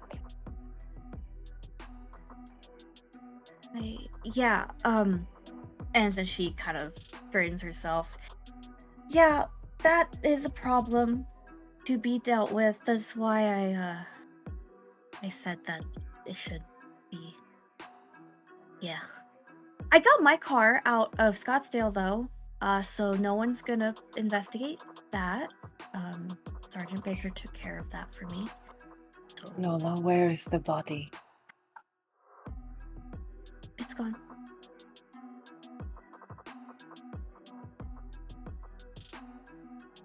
It's What do you mean gone? well, you can't. Well, you can't leave a vampire corpse. She died after the crash, so I dealt with it. The guard isn't dead. Did you fucking eat her, Lola? I dealt with it. That's not a yes or no answer. Did you eat her? Why do you care? I don't know. It's just. You drove off without a word, acting like yourself. Am I even talking to Lola right now?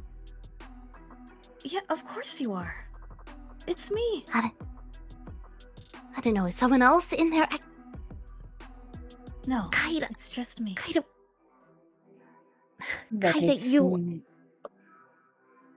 That is not how that works. Friday. Your sister is intact. Have a little more faith in her.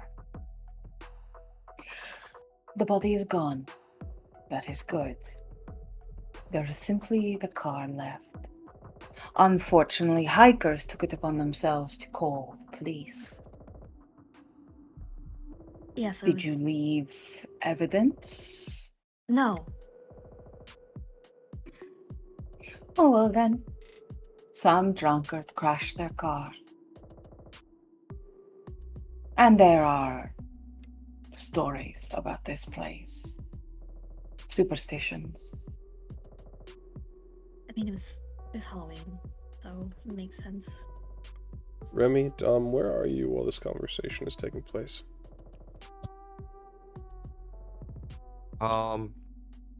You said the car crash was reported and everything. I would have kind of looked over the car crash, and could I possibly, using my dots and contacts with the local PD, to inquire what was reported and how they're dealing with it? We had literally just talked off screen about what your resources and your contacts would get you. Absolutely, Remy. You'll need to make a few phone calls. And luckily it's not too terribly late. I'll just take the time to make the phone calls while they're doing that. Dom, where does that leave you? I guess I'll just kind of be in the background. I don't wish to intrude or enter a domain without permission, so I'll just, yeah, stay by the car. But you do hear this. You do hear that Lola ate somebody. With that, I think Lola will look kind of around Kaida at Dom and then back to Kaida and Friday and say, "Is that the guy from the fight?" His name is Dominic. Would you like to meet him? Are we friends now? Allies? Got it.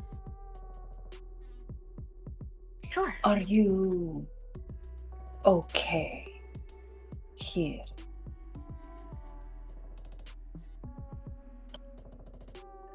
She opens her mouth to speak, and then she remembers the flash, the vision she saw.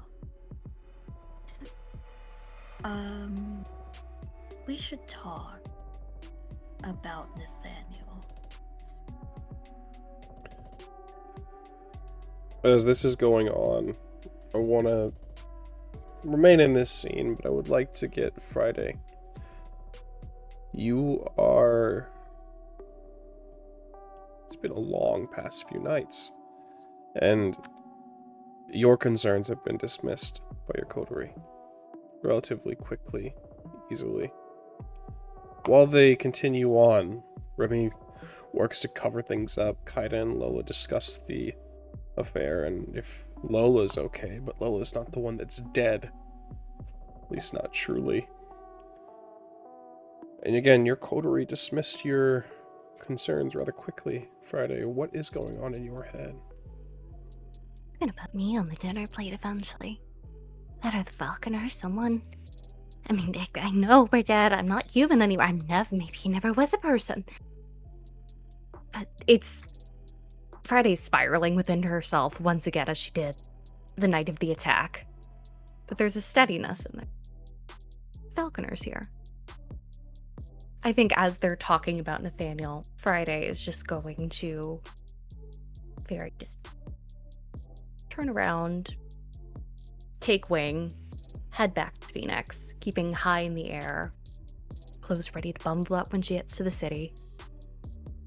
It's time to talk to Mom about things. She doesn't know enough about this world, and maybe she doesn't want to know anymore. Before you take flight, like Dominic, give me a wits and insight roll, please. I can rouse the blood, right? Absolutely. You may also feel free again to take half. 6 with a crit. You pick up on this Friday's reelings. You watched 2 versions of your own coterie back long ago, it feels like, shatter. The first crack is always the worst, and you can see the crack forming. You could do something if you wish, Dominic, before Friday takes wing. Yeah. Present the opportunity. I'll approach Friday. Going somewhere? She jumps when she's mentioned. Yeah, I was just going back, but did you need something from me?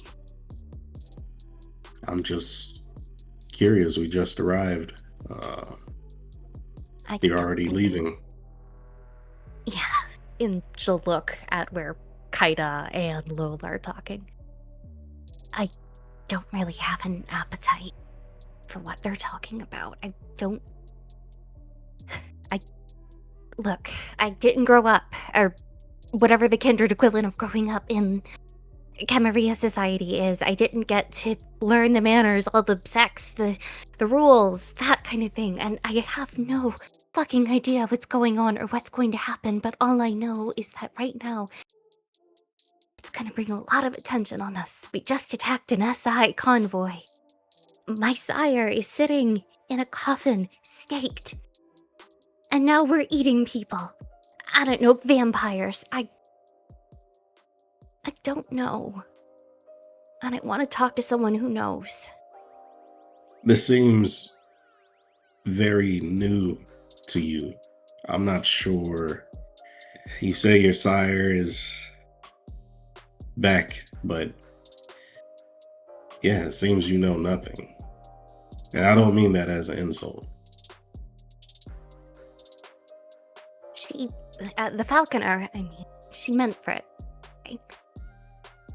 Since the inception of our clan, so I've heard, we aren't exactly welcome in most cities for good reason, I imagine. Even if it isn't fair, and she was kicked out of an anarch city. Probably for the same reasons. She never elaborated, but I trust her, and I once trust my coterie, but now looking a little overzealous with the whole, Diablo. Everybody has their part to play. Yours as well. I won't bother you or bore you with semantics or preaching, but I'll say this. The Mithraeum protects newborn. And though you might not be new, you are uneducated. If you ever have questions, we're more than willing to answer them. And if you ever come under threat before you learn what you need to know to survive, we'll be there for you. Friday will nod. He goes back to the night where she first met Kaida and Lola and Remy, and the promises of companionship, protection. Of course she can trust them. Maybe she just needs more context. And Yeah. Thank you, Dominic. I admit, I'm probably not the best person for any of this, but I'll lend you the same aid. Well, a coterie is only as strong as their weakest link. she's gonna look very sobered And by I'm that at- statement. So, you proved yourself well from what I saw and from the position you're in. So, Thanks. Hope I continue to impress. I'm gonna go speak with Kaida and Lola, but thank you. good. These conversations, Remy, in this conversation with the your contacts in order to cover up this car crash, conversation with Lola and Kaida between Friday and Dominic, all of this is interrupted by a cell phone ring. Lola, your phone rings. I'm not sure what you have Elena saved under as, but the sheriff is calling. It's probably like something stupid and kitschy for code, like the detective emoji. But yeah, she'll answer.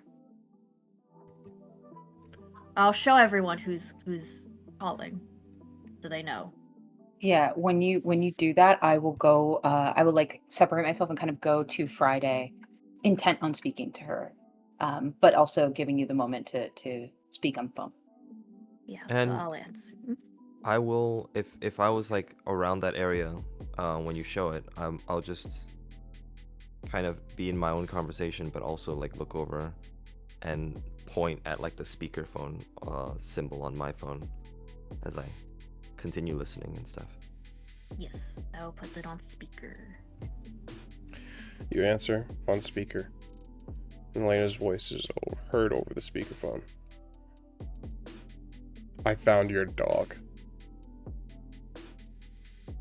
Are I'm you expecting a reward. Otherwise, I might just lose it.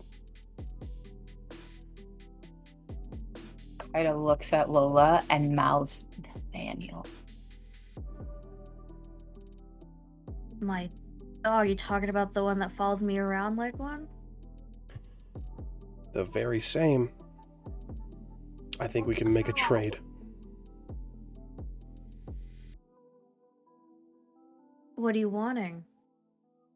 Well, your sponsor told me I could have something very specific.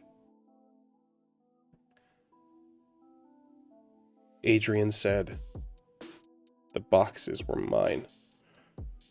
That he was in one of them. So bring me what's mine.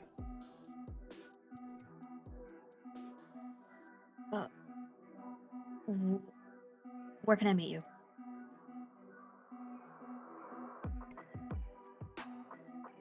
You can hear.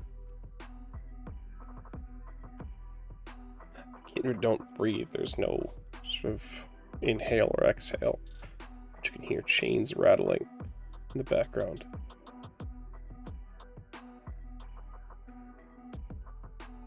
And she says, downtown.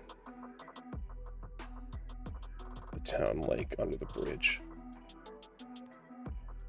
Okay, can I get proof of life? Woof woof. Sure. You can hear footsteps. Speak. You hear Nate groan. Don't give me anything. Okay. Yeah, I'll meet you.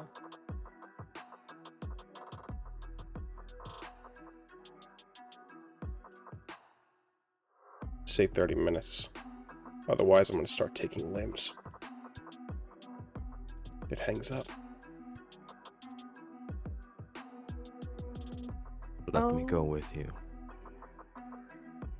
Yeah. We go Yeah. together. Absolutely. And we need to wake the Falconer up for this. I know. I was having feelings about all of it, and you don't know her, but believe me, that woman has evaded. She's been the most fierce, the most dedicated kindred. She's defied the anarchs of San Diego. If anyone can help find Nate, it's her. Come on, please, you have to trust me on this. I don't care about Nate, that's the problem. Well, I trust you. I know, and I agree, we should wake her up. So, Elena has Nathaniel. Montalvo said that her bow is in the box, but obviously he's not. He lied to her. Yes. So, Montalvo bring her the used it proof. as... We can bring the Falconer as proof, but it doesn't Yes. matter. We just need Elena's allegiance, and this is the perfect way. Louise was not in either of those boxes. We have Dom for proof, and we can bring the Falconer as well. But it is... I trust you, Friday. But it is an unknown variable.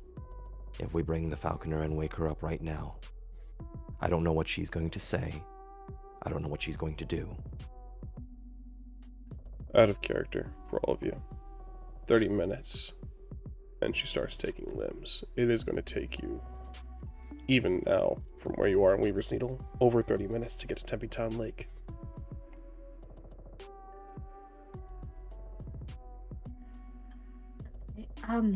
well, we have 30 minutes to get there. I'm less concerned about the limb taking, not to be a bitch, but, yeah, no, this is the perfect opportunity to show Elena that Montalvo obviously can't be trusted. We should bring proof of what was actually in those boxes. I suggest then that Remy speaks. to her. We will not be able to get from here to the coffins and then to her in 30 minutes. It's not possible. As a note, just so you guys have a timetable, driving directly from Weaver's Needle, from where you guys are at, to Town Lake, the location under the bridge where Elena is talking about, takes 52 minutes on the drive. What about with celerity? How about flying? Flying, you might have a little bit more luck. Celerity, still kind of trapped, taking ground and elevation and all that, all the obstacles on the ground into account.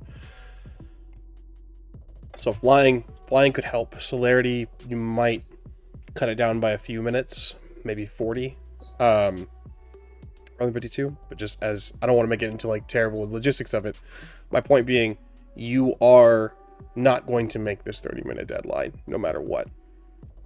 I will just get to the car and just let her know via text. Let her know the ETA. Let her take the limb if she needs to. But as long as she knows that we're still coming. She believes that she has a bargaining chip. She has no idea that she doesn't. Unless, and I look at Lola directly in the eye. Does she have a bargaining chip?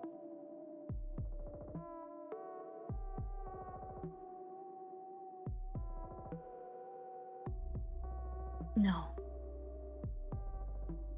Good. Are you telling the truth, Lola? No, like maybe in that skull of his, though. I am. I rolled for it. I am.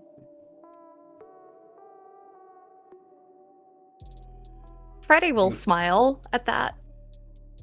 Good, but still, he might know things about you, about the operation. He could be putting this. Basically, he could juice him for thoughts, ideas, plans, stratagems. Hell, he might have killed the Tomer Futtermistress. We should hurry. Yes, as I'm getting in the car and buckling in, I'll say it's all too convenient that the sheriff for the prince who has the SI in his pocket found. I didn't have a chance to even say. I was going to say I believe Nathaniel was caught by the SI. That's why he went AWOL.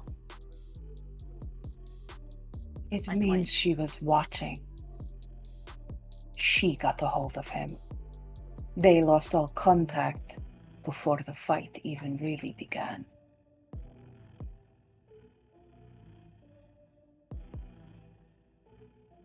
I'm assuming we're all in the car, and Kaida will continue and say, if she was watching, then Dalvo was watching. Even if she did not know it.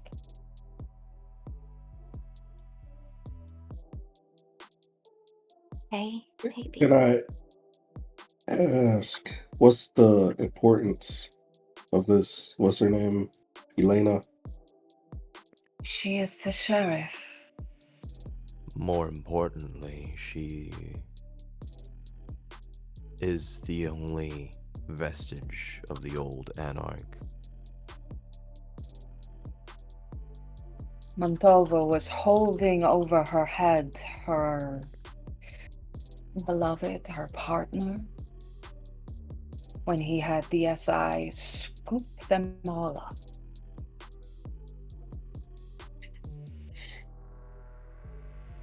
And why not just rid of them?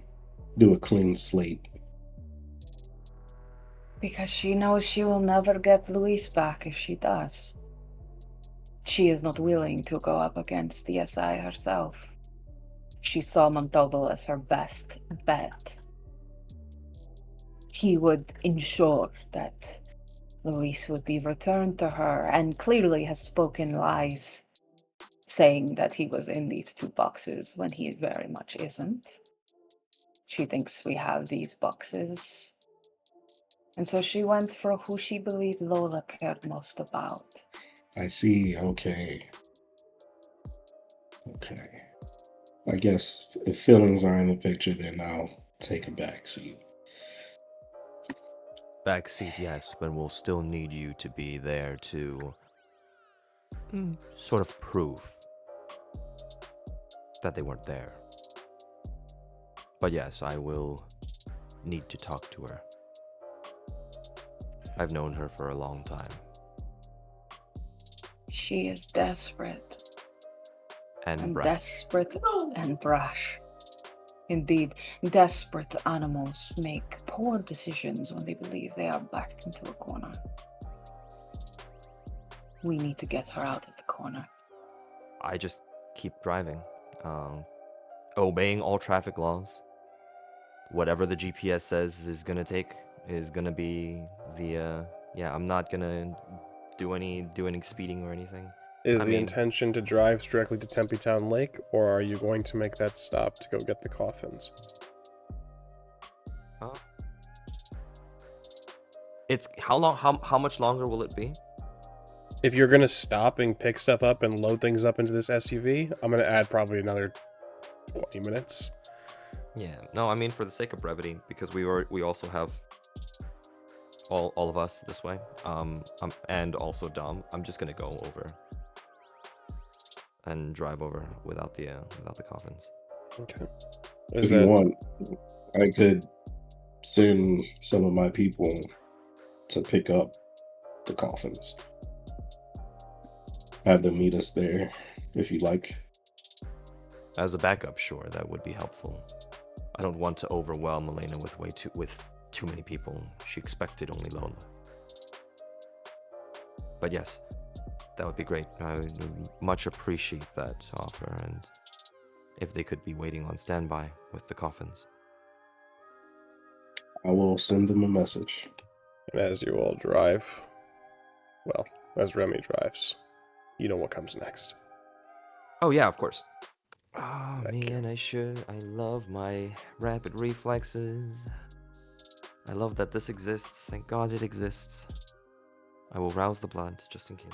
I do not get hungrier. 4 successes. 4 successes. You drive. It's strangely clear tonight. Perhaps people are taking time to reflect and to take their time after the holiday. It is, as well, for everyone else's knowledge, the day after Halloween. Rather, it is November 1st, yes, the day after Halloween. So we're going into this. You move through the city.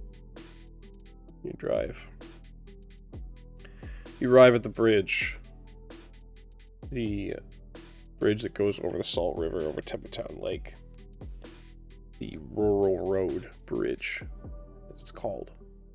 There's a parking lot next to it nearby that is closed, but a chain link fence and a lock is nothing to stop you. Simple dirt lot. You're able to park. You're able to make your way underneath the bridge. Is there anything you would like to do beforehand? No, I just I think I look at the rest of the coterie and everybody one last time. I want to gauge how everybody is feeling about the situation. We'll go around the room. We'll start with you, Friday. Excited. Whether that is excited as in I'm going to bite someone the way a dog does.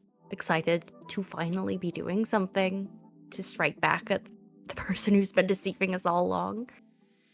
Excited to see her sire again. Friday's certainly agitated about something. Her tail is lashing in the dust. Her eyes are wide. You can't even see the color behind the pupils.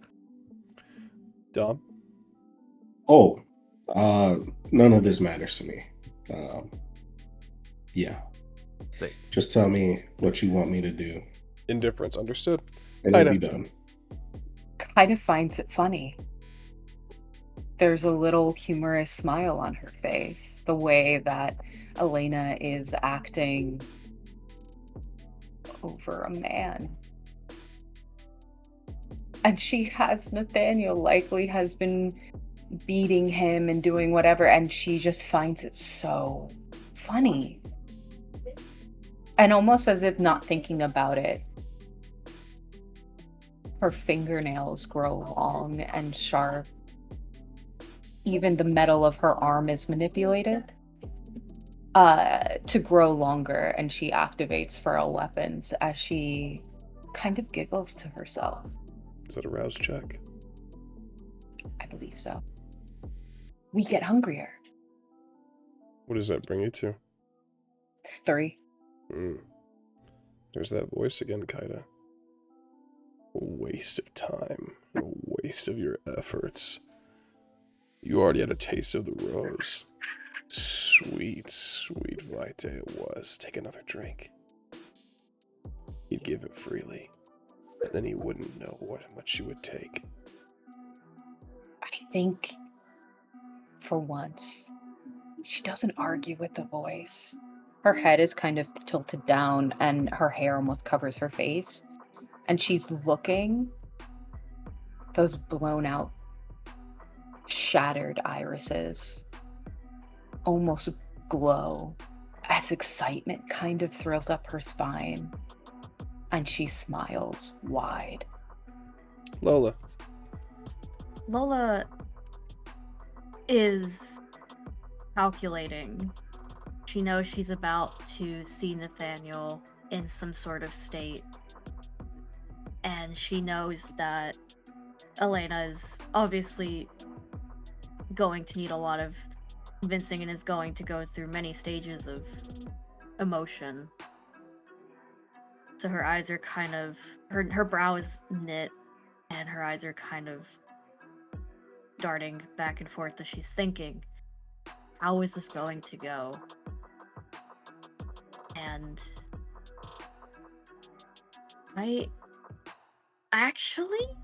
can I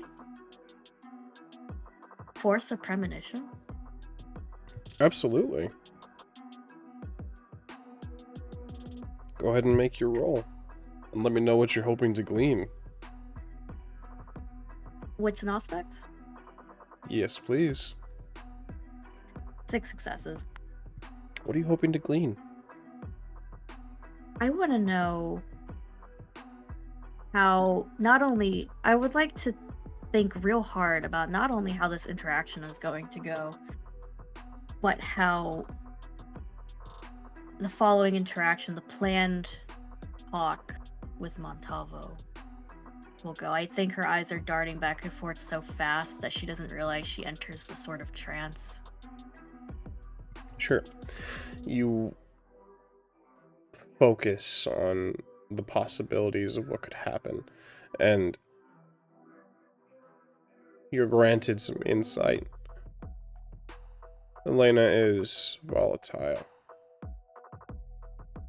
but Elena has, in your mind's eye, as you imagine walking under the bridge and meeting her, Elena's eyes are blindfolded.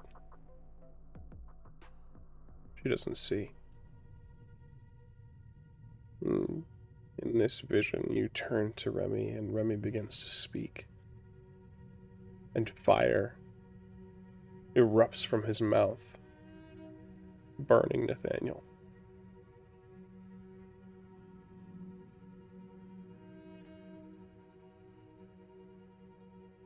As far as the interaction with Montalvo, with 6 successes, there are 2 paths. You see Montalvo, but he looks forlorn, and he wears the same blindfold as Elena. He doesn't see. You see a cord stabbed into the back of his neck, where the spine meets, where he is hovering from the ground, and something up into the sky twitches and makes him move and dance. When all of you approach him, he collapses to his knees and the cord forces him to stand. He finally severs it. And his vitae erupts from his eyes, staining the blindfold as it drowns him. The other vision you get from this, the other outcome that you can determine, is not of Montalvo that you see. It is of a figure tall, in the shape of a man, but with its skin split and cast off to the side, as if one would wear a jacket tied around their waist. Golden bones and bleeding red muscle tissue. And he holds out elongated claws as he readies himself to fight a dragon with many eyes.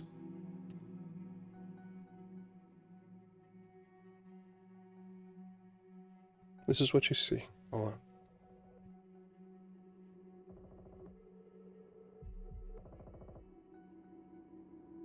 I think, for flavor's sake, Lola comes to as the car parks. And Remy would see her, that same expression, calculating, thinking. Ready. What is it, Lola? I had a dream when we were driving. Everyone is blindfolded. Elena, Montalvo. No one sees the puppeteer in the sky.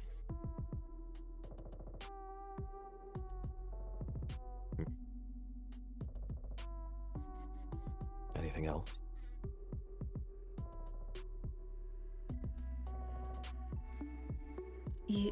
Be careful what you speak, you might get Nathaniel burned. And I think a flayed man may fight a dragon in the future. Interesting. When I hear that, does that ring any bells for me? Give me wits. I'm gonna give you a choice of academics or occult, Kaida. I'm gonna take a cult, but I'm gonna do something dangerous here. I'm going to rouse the blood. 8 on a crit. 8 on a crit. But I do not get hungry. Sick. Good. Yeah. 8 on a crit. A flayed man fighting a dragon. Montalvo lived on an island. Montalvo was there before the Mexica, he said. You know, even now, you're riding with one. Kindred like to take up the mantle of gods. Shibetotek is the flayed man. And the flayed man is the prince of Phoenix. The flayed god will fight this dragon. It's one of the paths that can be taken. Ida grits her teeth. And she says something in a language that no one understands. It's not Spanish. And her eyes fill with ice cold rage. Lola, I've wanted to give you the opportunity to decide the fate of Nathaniel. But if whatever you saw comes true, you'd forgive me, right? I don't think that's a necessary question. I think it's a given. Well, with that in mind, let's talk to Elena. You all move. Under the bridge, you can see her. She has changed from her normal attire. She is wearing black jeans, a tight fit shirt, a leather jacket that has something cut out along the arms. Some sort of insignia or design methodically carved into the leather with a knife. She stands next to a chest, an old luggage chest. That's not the only thing with her. Alongside this chest are gas canisters.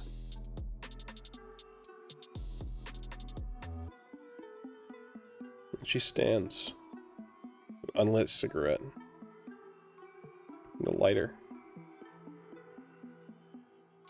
She looks at all of you approach and say, "Yeah, I expected the coterie. Who the fuck is that?" Before we get too close, I'll just... Elena, I will give you... No, he talks and he burns. You understand me? He talks and he burns! She flicks the Zippo open. Like I said, I will not use any disciplines. No powers. There's only truth here, and there are only friends here. Lola, he talks and he burns. Let him talk. There's a lot to talk about, not just from me, not just from Rummy. Give me a manipulation persuasion, please.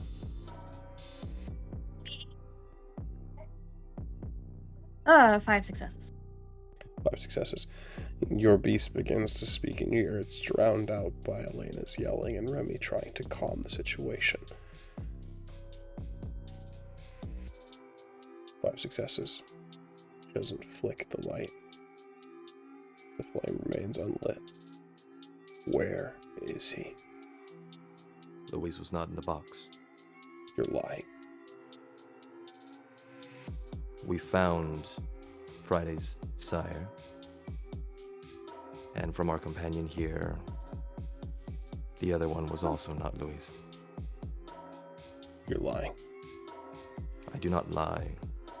I find a distaste in You've lying. been You know moving that. in secret to take the prince down, and I don't give a fuck about any of that, but now you're getting in my way. No, I'm not. I'm offering you help. We have the means to strike back and actually find Louise. Not this wild goose chase that Montalvo has you going for. He said he would Boxes be in and such. He said he would be in the box. Now where is it? He was not Wait. in the box. But if you want to see it, I'll turn over to Dom and just kind of nod. Is the coffins kind of already here? They were waiting in the parking lot. They were closer than you guys were. I'll just point over to the other car. Send him a text to bring him over slowly. Car doors begin to open up. The SUV back hatch opens. So half correct. They were kindred. They were ours, but not yours. Which means they have more. Doesn't make any sense. From where I stand, it makes perfect sense. Montalvo has been playing all of us. Working with the SI, working with the Sabbat. Do you know any of that? Did he tell you that he granted I Sabbat? don't care. Okay, then. All of the things that he said about Louise, where Louise was, all of it, lies. You don't need a path. You don't need a map to where Louise is. You need allies to help get him out. And that's what I'm offering. One of them's in that box. We can take out this tape together if you want. I've been through the SI. I know what they do to their captives. I've escaped. You want to find Luis? Then we'll help. But you need to open your eyes and see the truth. This isn't 100% altruistic either. I don't just want to help you. I want to help our kindred, all of our kindred. And I need your help to do it. It's at this point that the soldiers of the Mithraeum brought down the 2 coffins. They're at your side, Dom. And awaiting the word to open them. You can all see Elena's eyes locked on them, darting between them.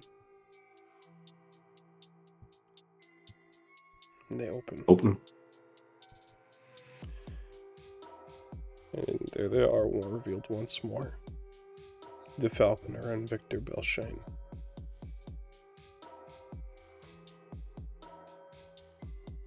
Elena shakes her head. No. He said that they had them. He said that he had them. Of course he did.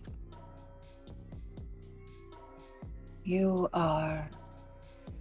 were one of the most powerful obstacles against him. He put a leash on you because he knew what Luis meant to you. And he'd do anything to keep that leash in place.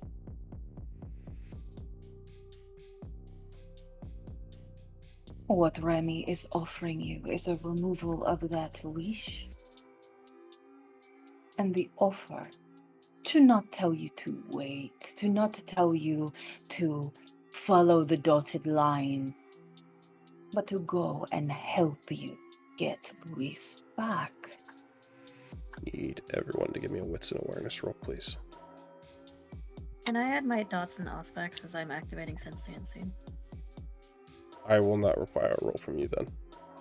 I would like to say that while she was looking into the coffins, that Kaida would have positioned herself to be essentially behind her. She's not close up on her back, but she is behind Elena. Understood. 3 successes. 4 on a crit. 4 on a crit, 3 and 3 and The crit is the Dom. hunger die, by the way. But... Understood. 5 with a crit. 5 with a crit. Remy, there's an irritation here with that messy crit. There's no time for this. This is ridiculous. And your hunger is going to increase. 2 3s, a 4, and a 5. I'm at 3. It's that voice again, Remy. This is what happens when you try to take action, when you try to change things. No one can change.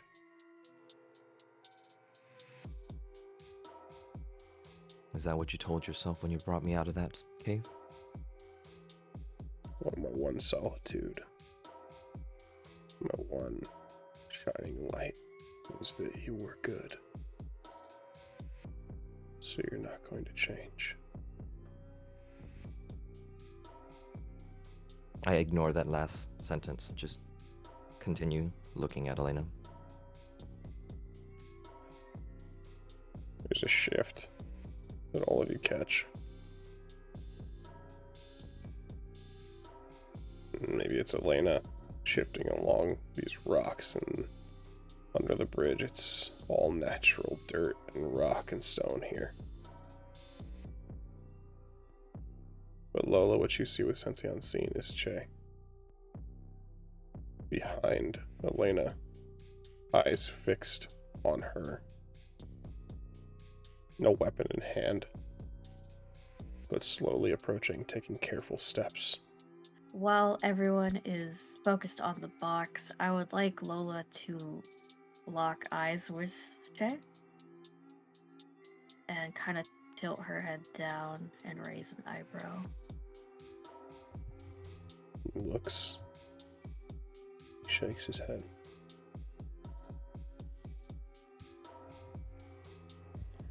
Who's going to watch him? And Elena continues. She says, he said that Luis was being watched by the SI. If he's not here in one of these boxes, then where the fuck is he?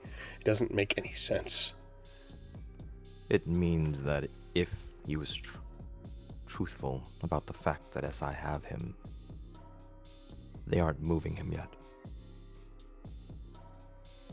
And that's the unfortunate part about Montalvo. Half-truths, everything.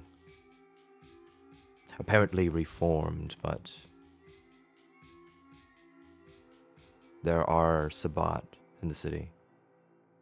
Apparently for the kindred and for the city, and there is SI presence. Acquiesced even. He's not our prince, not this way, not this betrayer. To our kind. To us. To you.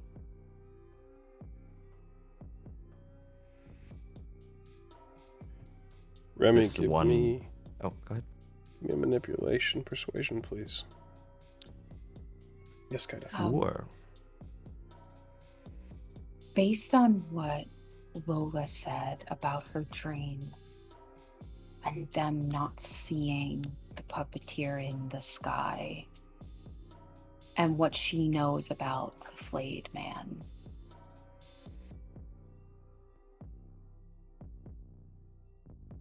Kaida is going to ask Elena, have you been paying attention to Montalvo's moves, his phone calls, perhaps? Maybe how he hunts or feeds. Does he seem different? Under influence, perhaps? With that question, I'm going to, again, hopefully no one's noticing this nonverbal exchange. I'm going to narrow my eyes at Shay. Multiple things are happening at once. Remy, the results of your roll. 9 on a crit. 9 on a crit. You can see Elena's lowering her arm, listening, and piecing things together, realizing that she was never going to find Luis. Acquiescing. And as Kaida speaks with Lola, Che makes his move. Obfuscated, he moves behind Lena. And he interacts with her and he breaks his obfuscate and he breaks her wrist, causing her to drop the Zippo lighter, unlit, as he holds on to her. And answers your question, Kaida. No, but I have. Stop. So he tightens up. Stop struggling. I'm not going to let you burn one of our kind because you can't keep track of your fucking sister. He holds close. He bares fang and is ready to bite. And you can see a lot of math going on in Elena's head. You know she is gifted in prowess. You know she is gifted in fortitude. She's a capable fighter. She could break out of this if she wanted to, but Shay is quick. There's no telling how quickly he could drain her if need be. So at a stalemate, she's still tense. And Shay speaks and says, we're going to have a conversation. And you're going to stop this. I'm going to let you go if you can behave.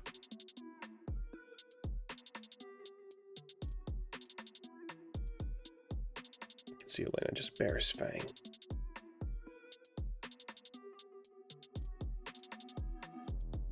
And then he looks at you, Dom. He says, good enough. And he shoves Elena away toward your group.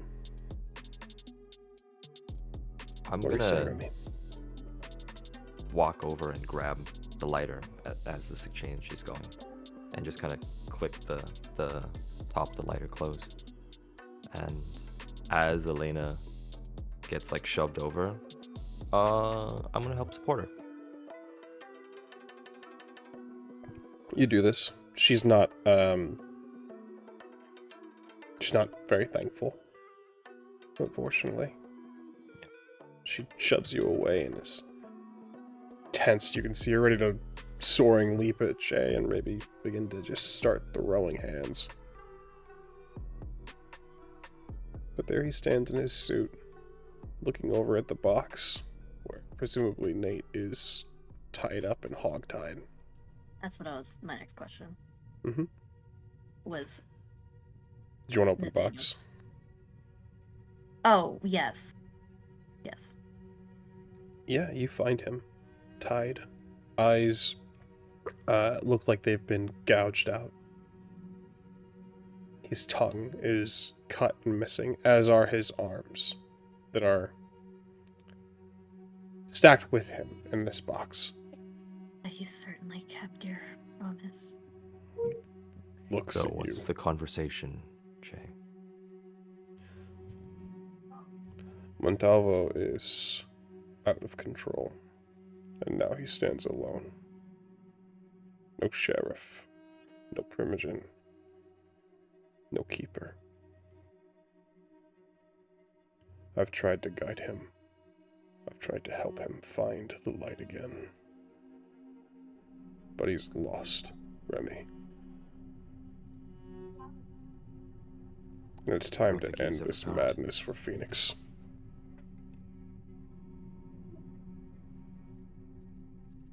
I agree. We need to confront him, and we need his information, how he's connected with the SI and everything, and from there, we end this. That I can give you. As far as who's controlling him or who has his hooks, or has their hooks into him, that I don't know. They've been very, very careful. No names. No titles. Just brief phone conversations with instructions. Metal. It doesn't help me, Lola, I'm sorry. Interpretation of Malkavian premonitions has not been a specialty of mine for some time. When Kaida hears that, do you think it is appropriate, ST, for her to do a frenzy check? In what form of frenzy? Fury. Far be it from me to tell a woman how angry she can be. You can choose to ride the wave and be in control, or you can choose to make the check. And a frenzy check is all of your unspent willpower plus a third of your humanity. Okay, That's- okay, you guys, it's not bad. 8. 8 on a crit. Wait, hold on, I lied. No, I'm right. 8 on a crit. 8 on a crit. You're able to Yes. force back your fury, Kaida, and you may narrate what this looks like. Please continue. You hear the breaking of bones and look over and see like muscle tissue moving and shifting. Her eyes, they're not bleeding, but just the cornea is entirely red, which gives that silver of her eyes a glow to it. Her fangs, you see Kaida, for the most part, when she's talking, you can kind of see just like the little edges of her fangs, but here they all jut out, and her mouth looks like that of a shark, just rows of teeth inside of it.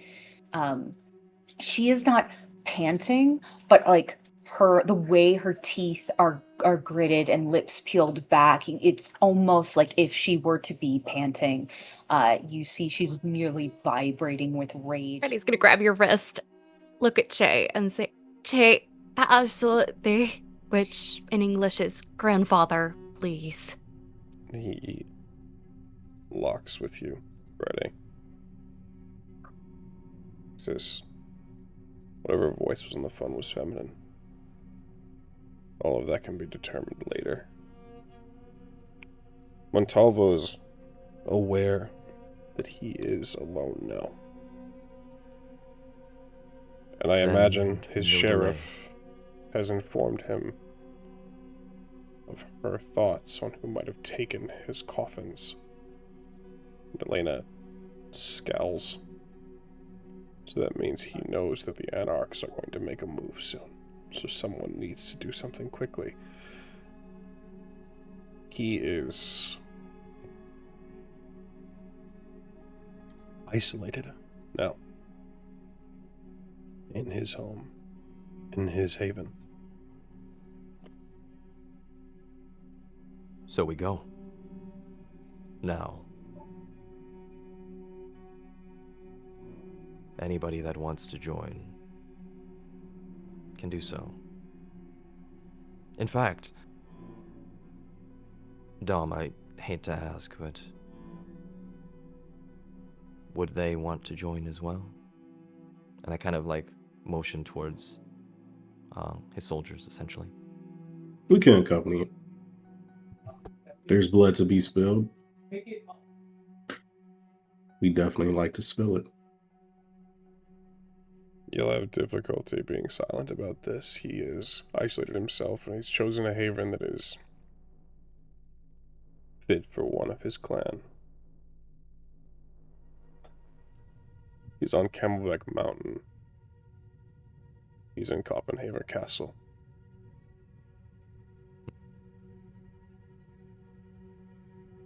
Well, let's, with haste, get there.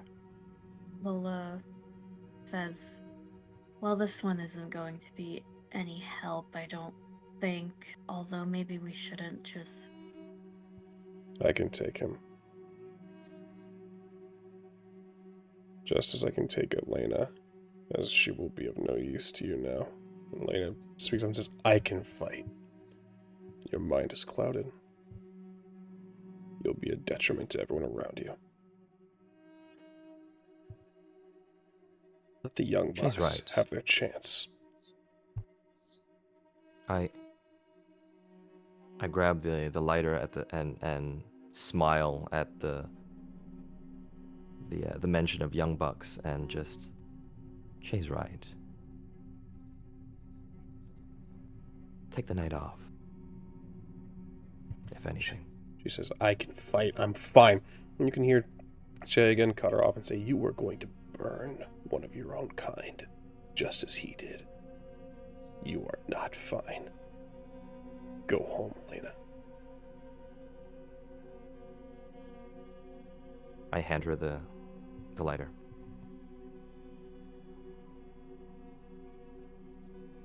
She takes it.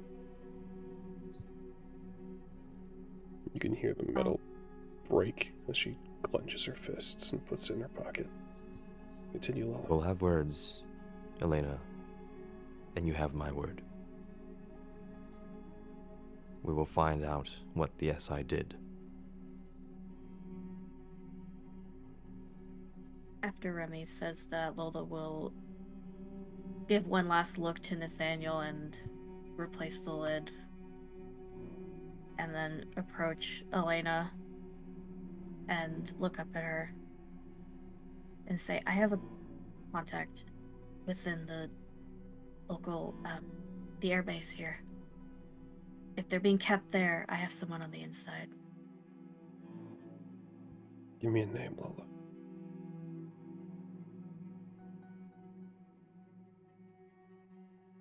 With all due respect, I think we should one thing at a time. And if Montalvo kills you, where does that leave me?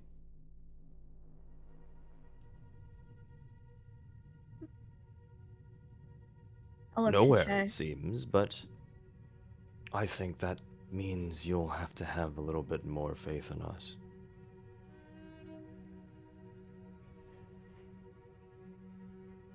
Hurry up then. Go storm the castle. Kill the dragon. Save the city. Do whatever you need to fucking do. And that is where we're going to end this episode of Bloom in Blood. Thank you so much for being here. Thank all of you so much for being here and playing. We are on the penultimate. Leading into next week, we will see the finale of this chronicle. So let's go around the room and introduce ourselves, let everyone know who you are, you played, where they can find you. Starting over to my right, Remy. Hello, this is Astra's VTuber, or Aster. I have been Remy, the Nephilim Toreador, who is still better than you, but is still willing to make everybody play nice. Indeed, indeed. We'll make a politician and a prince of you yet, Remy. Over to my left, Lola. Well, hi. I'm Luna, or Druid by Night. You can find me at Druid by Night on most social media platforms, including on Twitch, where I stream. And I've had the pleasure of being Lola Torres, Clan of the Moon, Crash Out Queen, and Oracle, because, damn it, you can't take the Allspecs out of the Malkavian, apparently. Goddamn right. The Cobweb calls. Thank you so much for being here. It's always a pleasure. Up to my top right, Kaida. Hello, everyone. I played Kaida this evening. You can find me all over the interwebs as the Rissa Rave. You can find me here at Rolling Nomads and just, a few other places. Just look up the name. Yes, Kaida. Mother of the Bahari. You goddamn right. Call turn allowed in Phoenix, guys. Hell yeah. Speaking of which, let's go over to our top, Dom. Yeah, my name's Edge, or Edge Survival, or Edge the Nomad everywhere. And yeah, I am Dominic Tolick, the pure adventurer, heir to Mithras. Yeah. Hell yeah, dog. Thank you so much for being here. Always a pleasure. Finally, last but certainly not least, Friday. Yet, I'm Abby. I'm your local Dinet nerd, and you can catch me at most places on the internet at Neff of Abby, where I'm doing all kinds of cool things. I'm gonna cry. This is a really amazing chronicle, but I don't want to ruin my makeup. So, thank you for telling this story, and for being my friends. Oh, thank you so much for being here, and it's always a pleasure. Thank you all so much for watching. I have been your storyteller for tonight's chronicle, Gilbert Ramos, aka Ramos the Nomad, all in all the social medias. I'm CEO and founder of Rolling Nomads, and I am so excited to see how this ends. As we saw, there are a couple ways this can go. We'll see which path we choose, but we'll see you guys next time, same place, same kindred. We'll see you then.